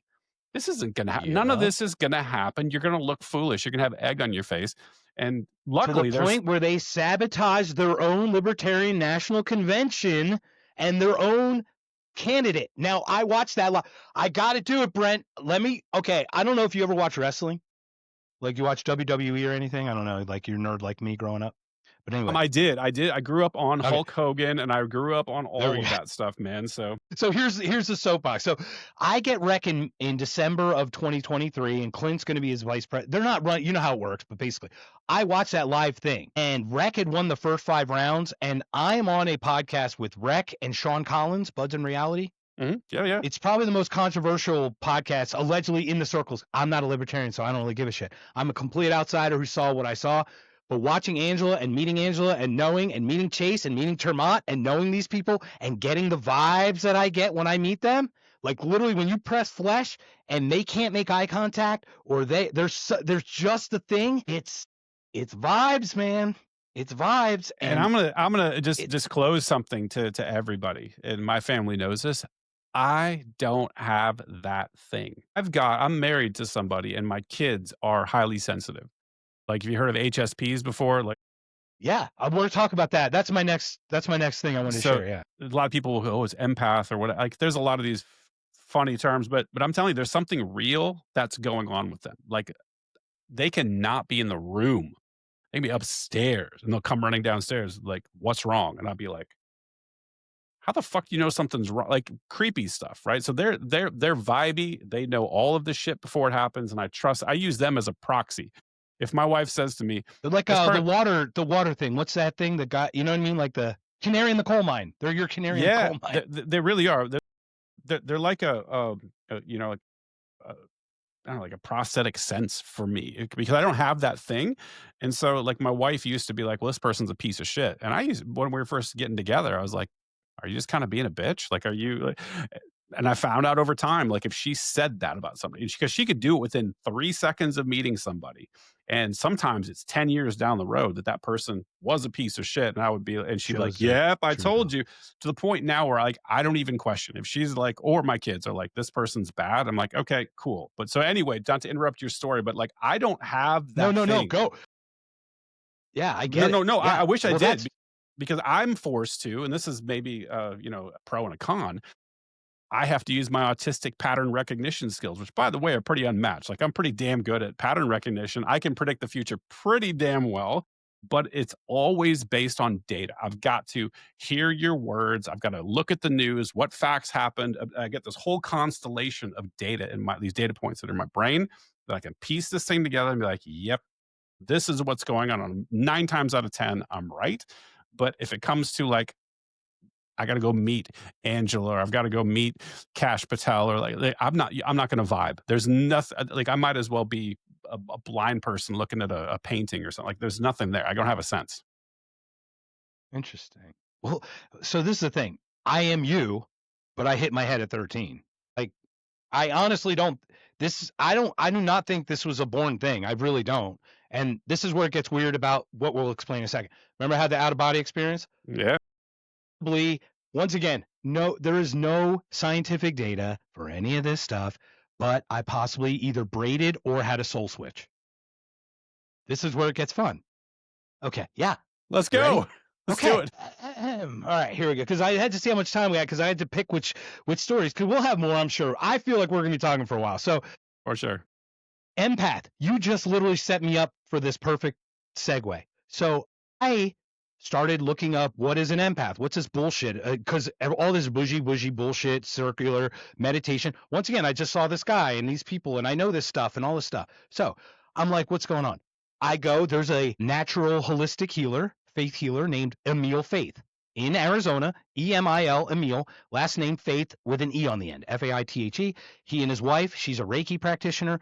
Their daughter, Amy, is like a new age musician. I think she was nominated for a Grammy last year or something. Really cool, real nice fan, whatever. I met him and her, and I go to one of these rock shops, these, sacred rock, secret wisdom, I think was the name of the place, right? Like, Sounds about right. okay.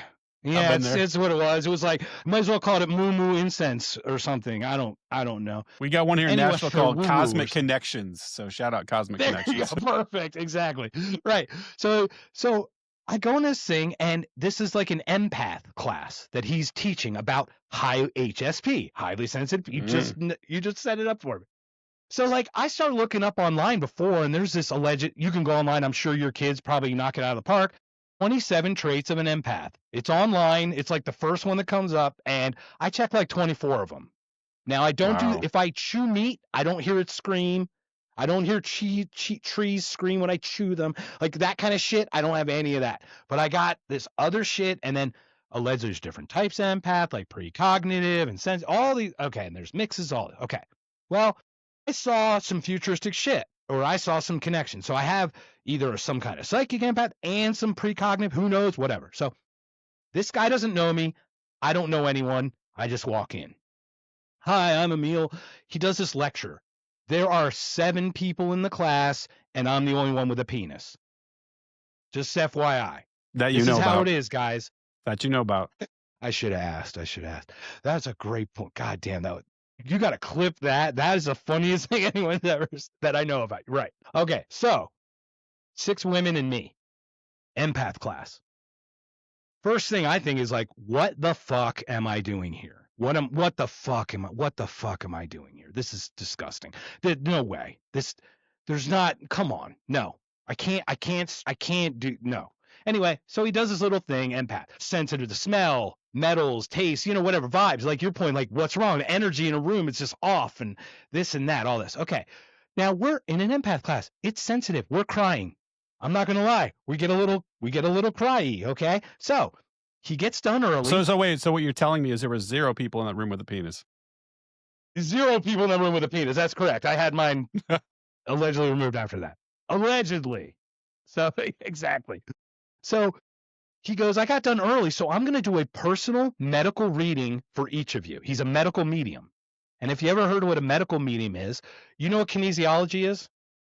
Where you push down and they go. So you hold your arms out and people push down and they can tell like that's a one way to check like your reflex on when you say something lying or telling the truth. Your body responds in weird ways. It's like that, but he like literally reads your body and tells you what's wrong with you. Hey, Rich, listen to this. This jamoke is going to read my body, Brent, and he's going to tell me what's wrong with me. Okay. So right off the bat, I'm like, this is going to be fucking great. I can't wait to hear this motherfucker. I'm going to let all the ladies go ahead, and I'm going to get every tell out of this guy. He's going to say this. The timbre, the pace, you talk pattern recognition, that's me. I'm a fucking debunker, man. I want to fucking debunk this guy so bad, dude. I'm like, so first of all, I'm diabetic. Okay? This is what I'm getting. he's going to say I'm diabetic. Cool. That's what he'll get from this medical medium reading that he's going to do on me. Okay. So first person goes up. You have a lung thing, blah, blah, blah. He's, oh my gosh. Yeah. Swear to God, goes through each of them. Each of them go through one by one. I'm like, ladies first, ladies first, ladies, because I'm getting down the timber, the pace, the, you know what I mean? Like, okay, he said lung here, said heart here. How did he, does he say the same phrase, the phrase, you know exactly what, how to look for that Yeah, and stuff, then right? do you keep it vague? Do you make it so, like the people that, like Right, make it open to right. interpretation? "Oh, I have that," or they'll insert like 3 things and maybe they got 1. Yeah, I've seen all those tricks, right? Cold reading too, like, oh, heart, Yeah. lung, my lung, you got my lung. It's my lung. You're right. I said your lung. Didn't I say your lung? What, Yeah, how, all it's the tricks, somewhere in like the all upper this. 2/3 of the body. I'm feeling it's, Yeah. Yeah. So, okay. So now it's my turn. And I'm like, he's going to tell me I'm diabetic, whatever. So he sits in a chair like this and he puts his hands out like this and he goes, just put your hands in like that. Now I'm still a little, okay. So during this part of my journey, there's home shit. We haven't shared my home shit, but dude, for whatever you experience, my heart shatters for you. Okay. I don't think I had any of that. And thank God, because I do not know where I would be. So where you are, seriously, how far you've come, I have to, because I have met people who have been through what you've been through. They are not where you are. So for whatever you did for and number yourself, 1, your family, thank you for everything. that, by the way. Not a lot of people have that empathy, so I really appreciate that. And it's also not a competition. I should That, remind people that too. We're not no, but everyone no, but has their that's what own empath shit is, and man. it Yeah. yeah.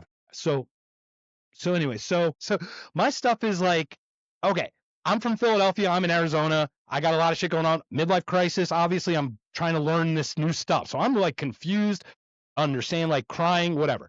So doctor sits down, puts his hands out. I go put my hand in his and he goes and he almost fucking falls out of his chair. Now I didn't see him do any of this shit with these people and I'm like, I didn't move. And I look around, I go, I just broke the doctor. Like Well, that's not dude good. You know what that fucking reminds me of? That reminds me of you go to you get a cancer screening and you're sitting down with a doctor and he opens up your chart and he goes, that's not the yeah, sound you want to hear. that's what it was. It gets better. So, all right. So he's like, you have a lot of energy.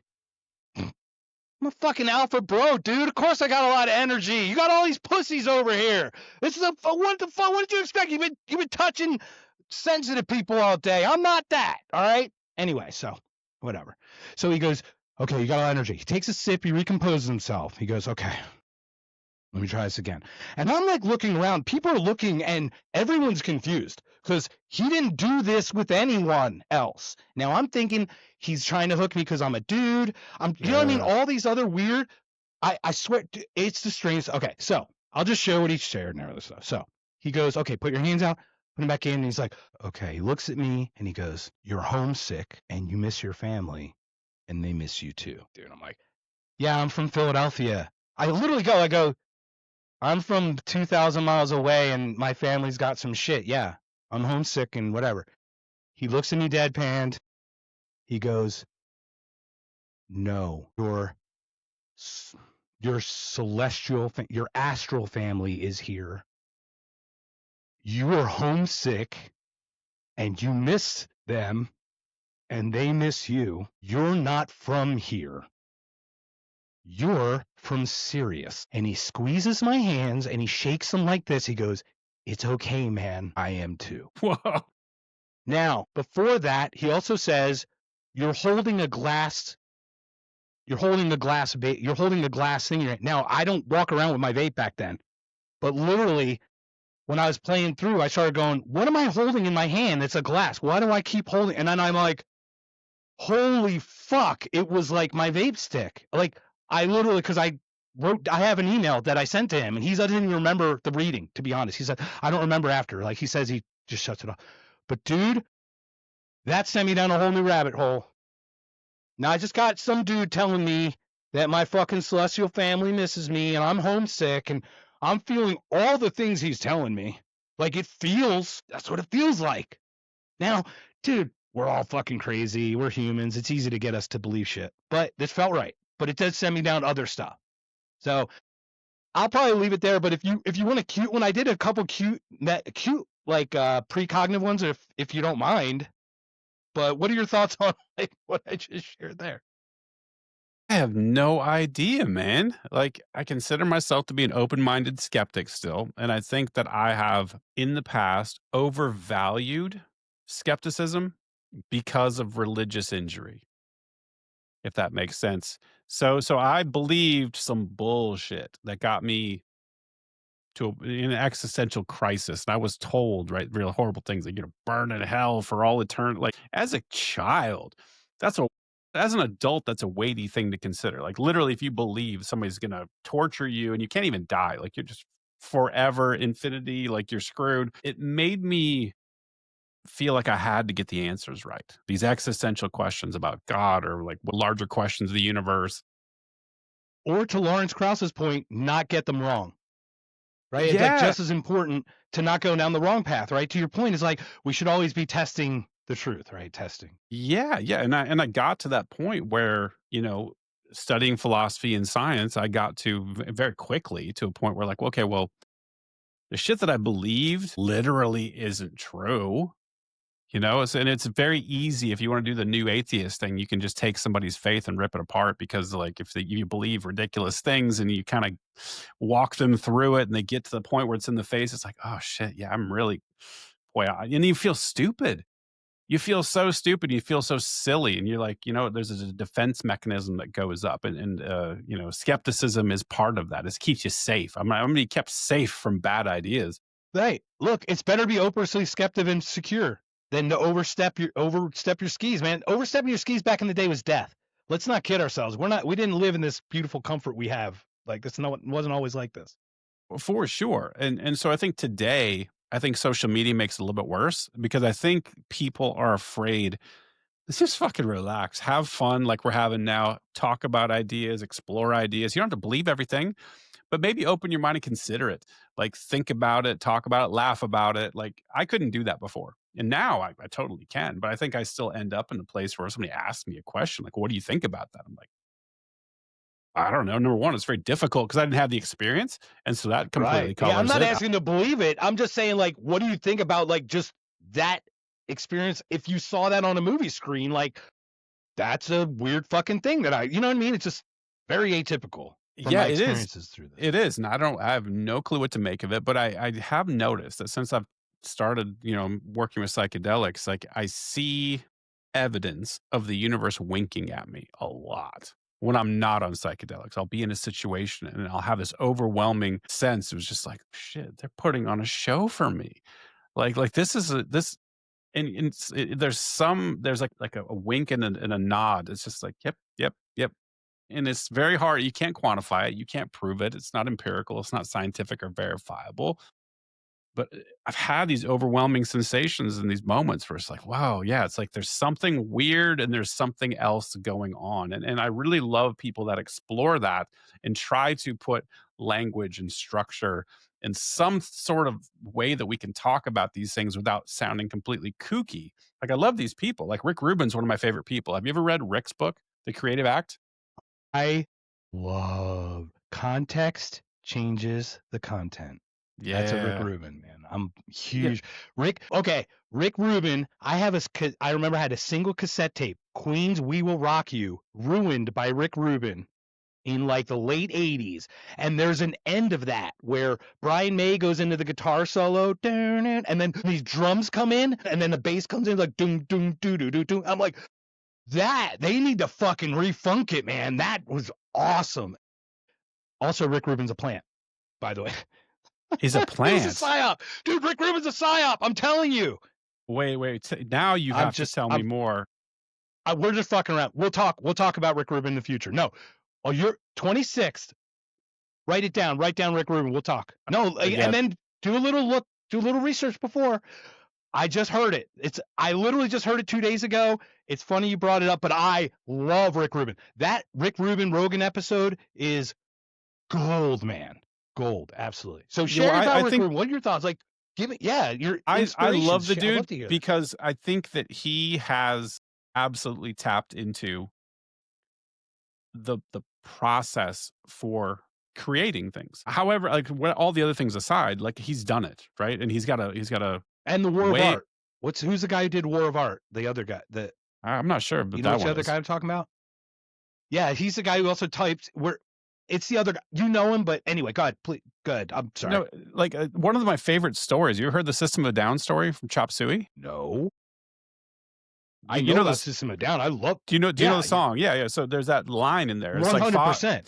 Father, into your hands I commend my spirit. Father, why have you forsaken me?" That whole bit, right? So Rick tells a story, it's amazing, is that they had all of the rest of the song done, and Serge was stuck. Like, he was really stuck, on what to do, and so, like, they packed up, left the studio, went to Rick's house, walked into his library, and he told Serge, "Alright, just pick a book randomly off the shelf." He did. He's like, "Just open it to a random page." And he did. And he's like, "Put your finger anywhere on the page and read what's there." And that is what made it into Chop Suey. And it's one of the most perfect parts of that entire song, And Right, so, that operatic part. Why have you forsaken me? yeah, Okay, that, wow, that, that's that, amazing. and he's That's got right. He it. did mention that, but I didn't remember. Thanks for refreshing my memory. That's an awesome story, man. And just reading that book, it's like he's so, and this came from the woo, like, it's like, and I think this is what we do when we explore these ideas in an open-minded way and in a curious way and in a non-skeptical way. Like, skepticism is great, right? For certain applications, but we just open ourselves up. Like, let's play with this idea. Let's figure out what's going on. There's so much more we don't know about the universe than we do. And I think that there's things that you can grab and capture, put language around, put process around, and define in a way that other people can follow. And like, it's a continual process of exploration. That's what I love about Rick, is like he took this thing that's so esoteric and so woo, like art and creativity, and just put this beautiful book around it, and you can replicate it. I've done it in my own life. Like, you take some of these things that he's talking about, these concepts are brilliant too. Like, for example, one of his biggest ones is like, he doesn't give a shit about the audience.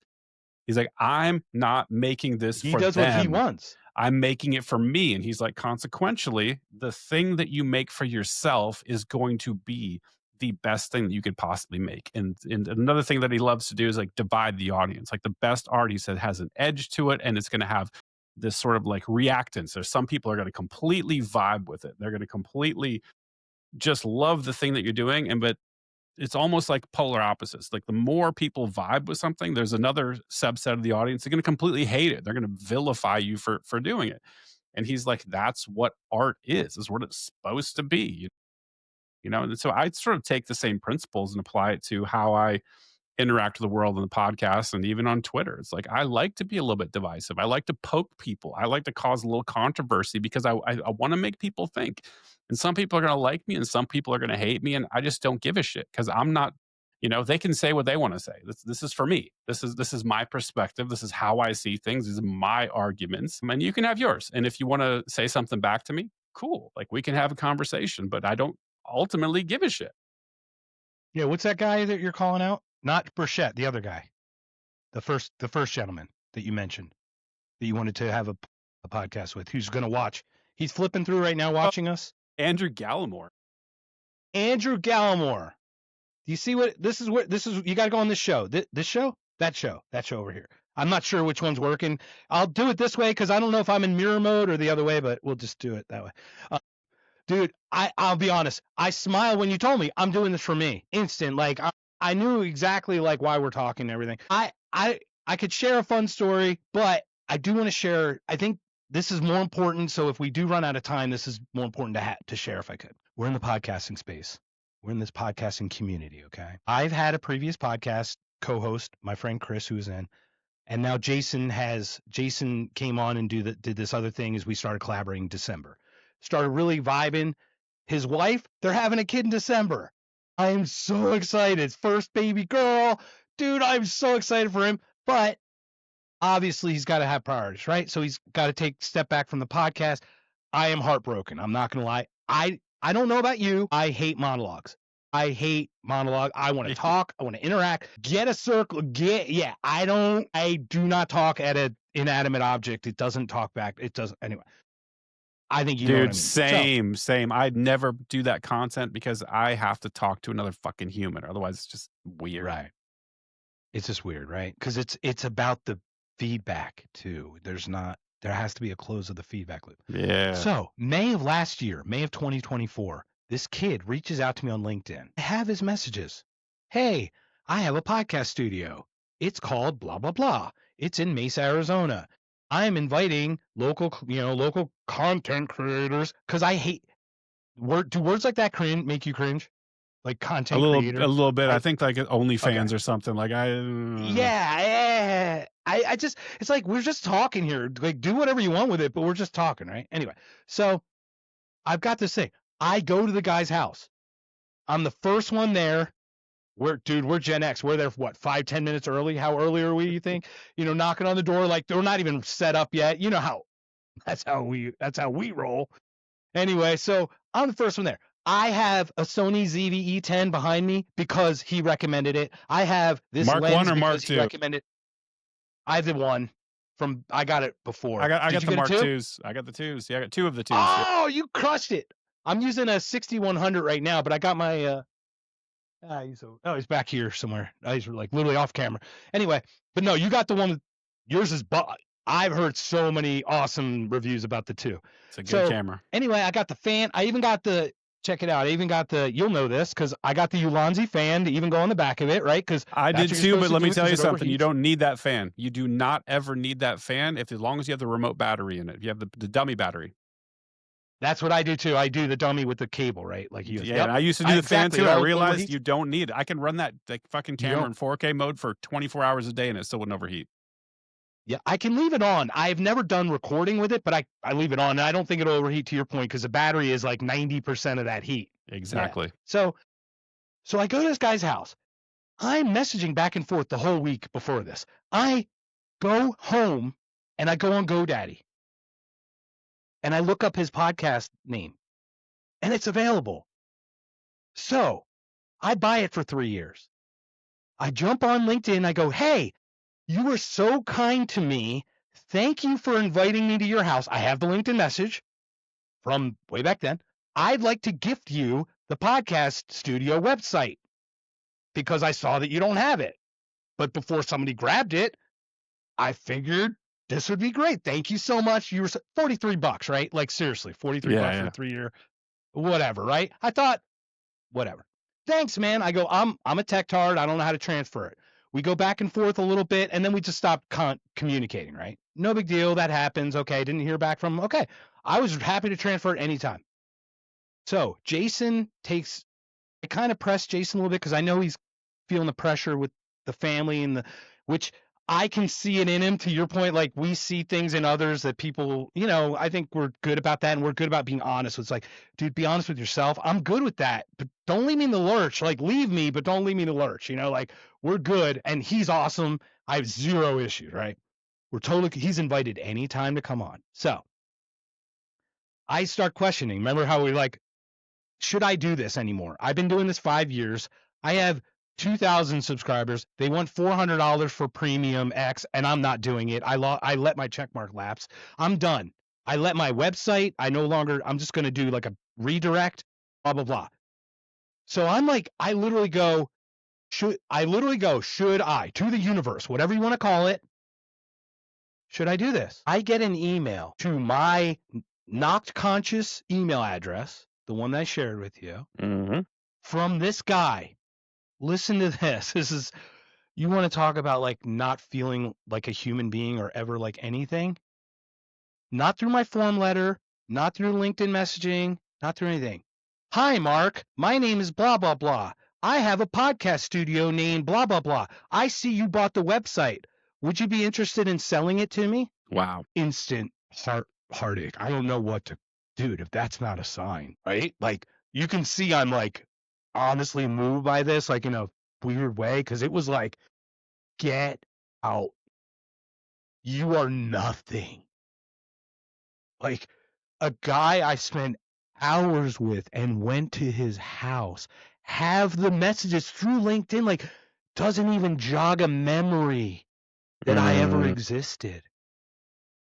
Like, and once again, it's not like we're in real estate or some weird networking shit, dude. We're in Yeah. podcasting. We're like, it's the podcasting community. He literally invited podcasters over. Like, I'm heartbroken, man. Dude, 2 days. I may or may not have 2A stuff around. They may or may not have been loaded or unloaded throughout that. No, it wasn't that bad, but it was not cool, dude. It felt like, holy shit, what the fuck have I been doing? Now, let's fast forward just a little bit. The universe works in weird ways, right? Clearly. You know Free? You know Free? Yeah. Free and No, Uncut? free. All right. Have you been on his show yet? I won first time. Bam! Okay. Which is that episode? Could you know which one it is so we can share it out to tell everybody to watch? Because I'm going to watch it. I don't remember which one it was. I have no Okay. idea which episode it was. I'll send the link out to you, though. Yeah, awesome. So Free and I met at Freedom Fest in Palm Springs this year or whatever. So we just got, we just go in circles and groups or whatever. He invited me on, did the show or whatever. So like when I've been getting guests, I've been like telling them to try to get other whatever, guests. Yeah. Anyway, where was I going with this? Oh, yeah. So I'm asking the universe, what the fuck do I do? Honest, I literally do 2 days. My girlfriend's like putting the knives away. She's hiding shit. Like I am just like, I kiss her on the cheek and like arms dead, like just like slumber up the stairs. Like now I made peace with it. I'm like, you know what? Some people have it. There are some people who fucking have it. I get it. Some people earn it. That's also true. I thought that I could earn it. And I'm like, after this amount of time and this message, this email, maybe I didn't earn it. Right? So I literally slumped down. Now, I let go completely. You want to talk about surrendering? I don't even know what once again, like prayer to me is setting intention. Like we can use woo language to like, we'll talk religion on on the podcast with you. Cause I think like there's so many cross words that are actually the same word. They're just different translations. Yeah. That's what I honestly think this whole thing is. Cause what am I seeing? It's not what the Bible's written. None of that shit's like, it's hard to, I can talk, once again, value versus fact and all that shit. Anyway, so I wake up the next morning and there's like 3 emails in my inbox from complete strangers. One of them is from like a really top guy at Turning Point USA. Out of the blue, their publisher reached out to me for a podcast conversation. This is right after this stuff. This is with what's going on right now. Out of the blue. Then this other guy, his name's Shaka Mitchell. He's going to be on our podcast on the 27th. You want to talk with him. He's from Tennessee. He started 2 charter schools. He did a TEDx talk on it. Shaka, Shaka Mitchell. And he does music. He talked music with Tahani Jones. I think he's in Nashville, yes. Sweet. I think he is. Yeah, okay, because, yes. So that's what So I love that. That's awesome. And I'm looking to move to Nashville area. Come on, brother. I'd love to. It's so good here. I know. I'm trying, bro. I'm trying. Anyway, so then all of a sudden I get these emails. Then, boom, boom, boom. I'm getting direct messages. Free then goes, hey, this kid Jake Day was on his show. He goes, hey, he was on his show. He's been looking at collaborations. I know Jason left. You want to talk to him? So literally, I let go, and I went from quitting and selling off every piece of fucking equipment. You might have had a CVE1 in addition to your CVE2 today. But literally, I went from that. I have like 10 podcasts scheduled and a new co-host. We've got and it just went foolish. I can't explain that. And it was not at all until I literally was ready to walk away. It's not letting me walk away right now. I don't know. I don't know what it is. I'm not even putting a thing. This thing is not letting me walk away right now. And I don't know if I put a beacon out and it dinged people in certain frequencies or whatever. We can talk about that forever, but that's the positive I'll take from it, man, is I went from literally quitting, and I had people trying to explain to me how they could possibly spin this kid not knowing me in a positive way. And I'm just like, there's nothing you can do, man. You know what I mean? Like, I'm heartbroken because I'm like, I would never have expected this sharp, smart, like,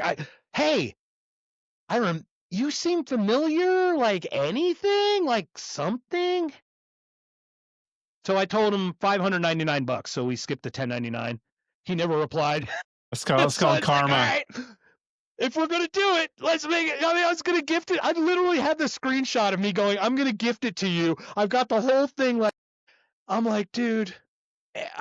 Anyway, before we call it, do you want to hear like a cute, like one of the weirdest meditation things that I saw? Like Yeah, visions? let's wrap with that, man. Let's do it. Okay. Let's wrap with that. Okay. First of all, Brent, thank you so much, man, for having me on. This has been so amazing. Like, honestly, I feel like I don't make friends. So it's weird. It's weird. So I feel like we're connecting, and I'm gonna pump the brakes a little bit, but we're cool. I just We're have a cool. question. I'm gonna. Do you still have the penis, or did you get rid of it? I need to know. I think he's still there. I'm not showing anyone else, man. Anyway. No. All joking aside, man. Seriously, no. This has been one of my favorite conversations ever. Like this, we're totally vibing. Obviously, really? Yeah, 100%, dude. Yeah, like I'm a weird dude, and oftentimes I talk about stuff that's super interesting to me, but the person I don't really click with that well, and I got to pull stuff out. And this conversation flowed effortlessly, man. We're on the same wavelength on a lot of things, so it's been really enjoyable for me, man. So finish up with your story, Thank you. No, and well, how we got connected, this is the craziest thing. So how we got connected is Amity, who's been on your show. Yep. Posted, okay, she put a thing about converting Clint to Catholicism in the chat. And I said, I am not posting that on Amity, because I don't buy that. And I even laughed about it. So she screenshot it. I saw that screenshot. She added that Figa cat, whatever, okay, who's like the redheaded libertarian friend. Yeah, got an instant follow, who's connected. There's a whole conspiracy around that. There. Anyway, then that's what got the red. Yeah, I'll talk to you offline. That's what got TRL, the red TRHL, TRHL. Just say Josie. Amity. It's Josie. Yeah, Josie. Sure, Josie. And yeah, so got Josie to follow her, and then Figgy replied on something that Mad Dog Ilhan Omar sent to me. That was your thing, and I didn't even know it was you. I was replying to Figgy about the anti-theist thing. Then you jumped in, and look, dude, we're talking a few hours later, and it's like, love it. We're like brothers, man. It's like a weird thing. It's so strange. And first of all, I cannot wait till the 26th, because I go deep, man. I cannot wait for you to share all of it, and I'll go deep, and I'll probably touch some sensitive things. Whatever I go overstep, you just tell me. I got none, dude. I've got no right. Lines. I'm open about everything, but also I'm gonna give you a follow. You need to follow Stuart Sims. Stuart Sims, fucking awesome. Do you know Jaak Panksepp? You know who that is? I've heard. Yes, I know the name, but Jaak Panksepp wrote the definitive book on affective neuroscience. Jordan Peterson references him all of the time. So Stuart Sims maps was and meaning and things like that.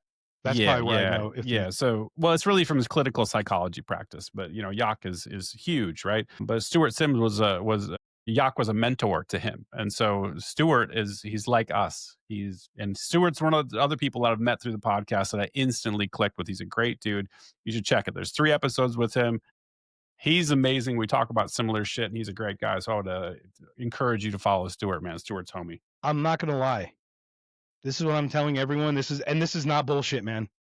I'm gonna start watching pretty much every one of your podcasts.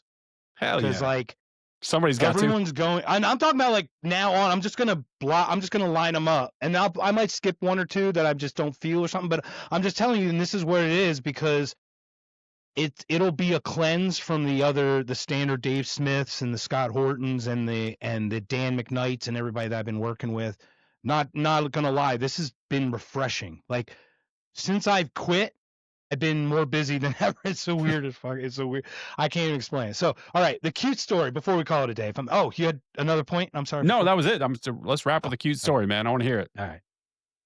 So, we're going to do a guided meditation. We go to a psychic medium, a friend of mine, her house.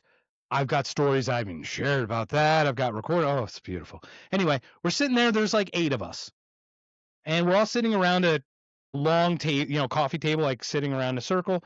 And there's a YouTube video. They're going to play a guided meditation. This is to see your lost grandmother, aunt, fucking, cousins, first cousin's grandmother's best friend's dog or some bullshit. Okay. Yeah. Now, once again, this is me going in. So you need to understand, I'm with you.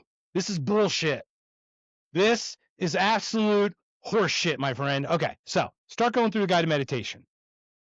You get relaxed, and I get a vision. All of a sudden, I get a thin glass with a very thin gold rim at the top, like a beer. You know those really delicate German beer glasses? I do. I've been to Germany. Right. Okay, perfect. And then from this side came a pitcher with gold wheat beer in it. And I just got, half of it. It looked like started pouring it into the glass. And then above that was a smelting ball with gold in it that was turned upside down and was poured into the glass.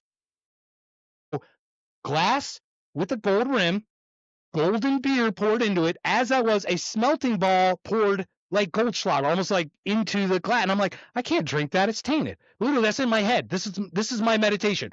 While I'm supposed to see my fucking aunt. Yeah, exactly. You fucked up my beer. While I'm in my you harsh my mellow, dude. You harsh my mellow. She turned my shit into bronze. She turned my gold into bronze, right? So anyway, I'm like, what the fuck? So everybody gets out of it, and they start going through the circle, and they're like, I'm like the second one in line. I'm like, I'm going to go last, everybody. Trust me, I'm going to go last because I ain't got shit. I saw my aunt. I saw it. Sure you fucking did. Sure you fucking did, right? Get to the whatever. They get, okay, Mark, what'd you see? I go, I can't really. This is what I saw. So I explain it. I look around the room like, is that a message for someone? It's the psychic medium whose house it was goes, I'll be right back. She gets up and she leaves for a second. And I'm like, okay, whatever. She comes back and she goes, before everyone came here, I dusted the kitchen table and this long coffee table. I wasn't sure which table was big enough because obviously we moved to the long table because the dining room table was too small, but I used this. Gush, Scott's liquid gold. She knew it. She knew exactly what I saw. Dude, no, it makes no sense. But it's like it's connected but not, right? Like, why would I have that vision? And we have these recordings and like people laugh and they're like, what the fuck? So I'll leave on. That's a fun one. I've got another fun one, but we'll leave them at that. They're just, but like, it's weird. And I'm telling you, it's not me. I am not special, people. I'm not special. I am very certain that I got hit in the head and it did something. I'm very certain of that. Well, hey, man, I will say that I'm completely convinced that the universe is stranger than we can imagine and we don't know shit about it. We like to think that we do. We have a lot of hubris around, look what we've accomplished. And we have. As a species, we've accomplished a hell of a lot in the scientific endeavor. Way more that we don't know than we do know. And the world is spooky and weird and crazy. So anyway, thanks for sharing, man. Like, this has been awesome, man. I've really enjoyed this conversation and I can't wait to come on your show. Why don't you tell everybody where they can find you in case they don't know? Yeah. So first of all, what's even funnier is we have a show called If by Whiskey. Before we started it, I was like, hey, Jason, should we do it with the E or without the E? Because I'm a whiskey without the E guy. I'm a Scotch guy. Oban 14 years, my drink. And he's like, we got to do it with the E, man. Nobody's going to understand. I'm like, I totally get it. And it's really based off the If by Whiskey speech by Noah Soggy Sweat. So it's like there's a political theme to it. So it totally made sense to keep the E. Well, once again, Free connects me with Jake Day. So Jake will be joining me for the first time on November 19th at 8 p.m. And he will be the new co-host. We're just doing it. Fuck it. We're not even, there's no audit. We connected. It's the same kind of similar to you and I. Like if you would connect, I think we'd be doing co-hosting a podcast right now. And we still can because we've got other days of the week. I've got other days open. Anyway, regardless. Fair point. So Jake's handle is at Whiskey Smiles. And it's without the E. Really weird, right? So like If by Whiskey meets Whiskey Smiles, this is really supposed to happen. It really just is supposed to happen. Anyway, so that's where you can get us at Mark Sean Puls, my full name. I swear to God, I'm not an assassin. I've got a funny story about that. Right before Trump got shot, I made that comment at Freedom Fest 2 days before he got shot. I give him my full name and I'm like, yeah, that's really an assassin's name. I swear to God, I'm not here going to shoot anybody. I swear I'm not. And then Trump gets shot at 2 days later. And it popped in my head. It was one of those outside. I'll share it with you. It's fucking creepy. Anyway.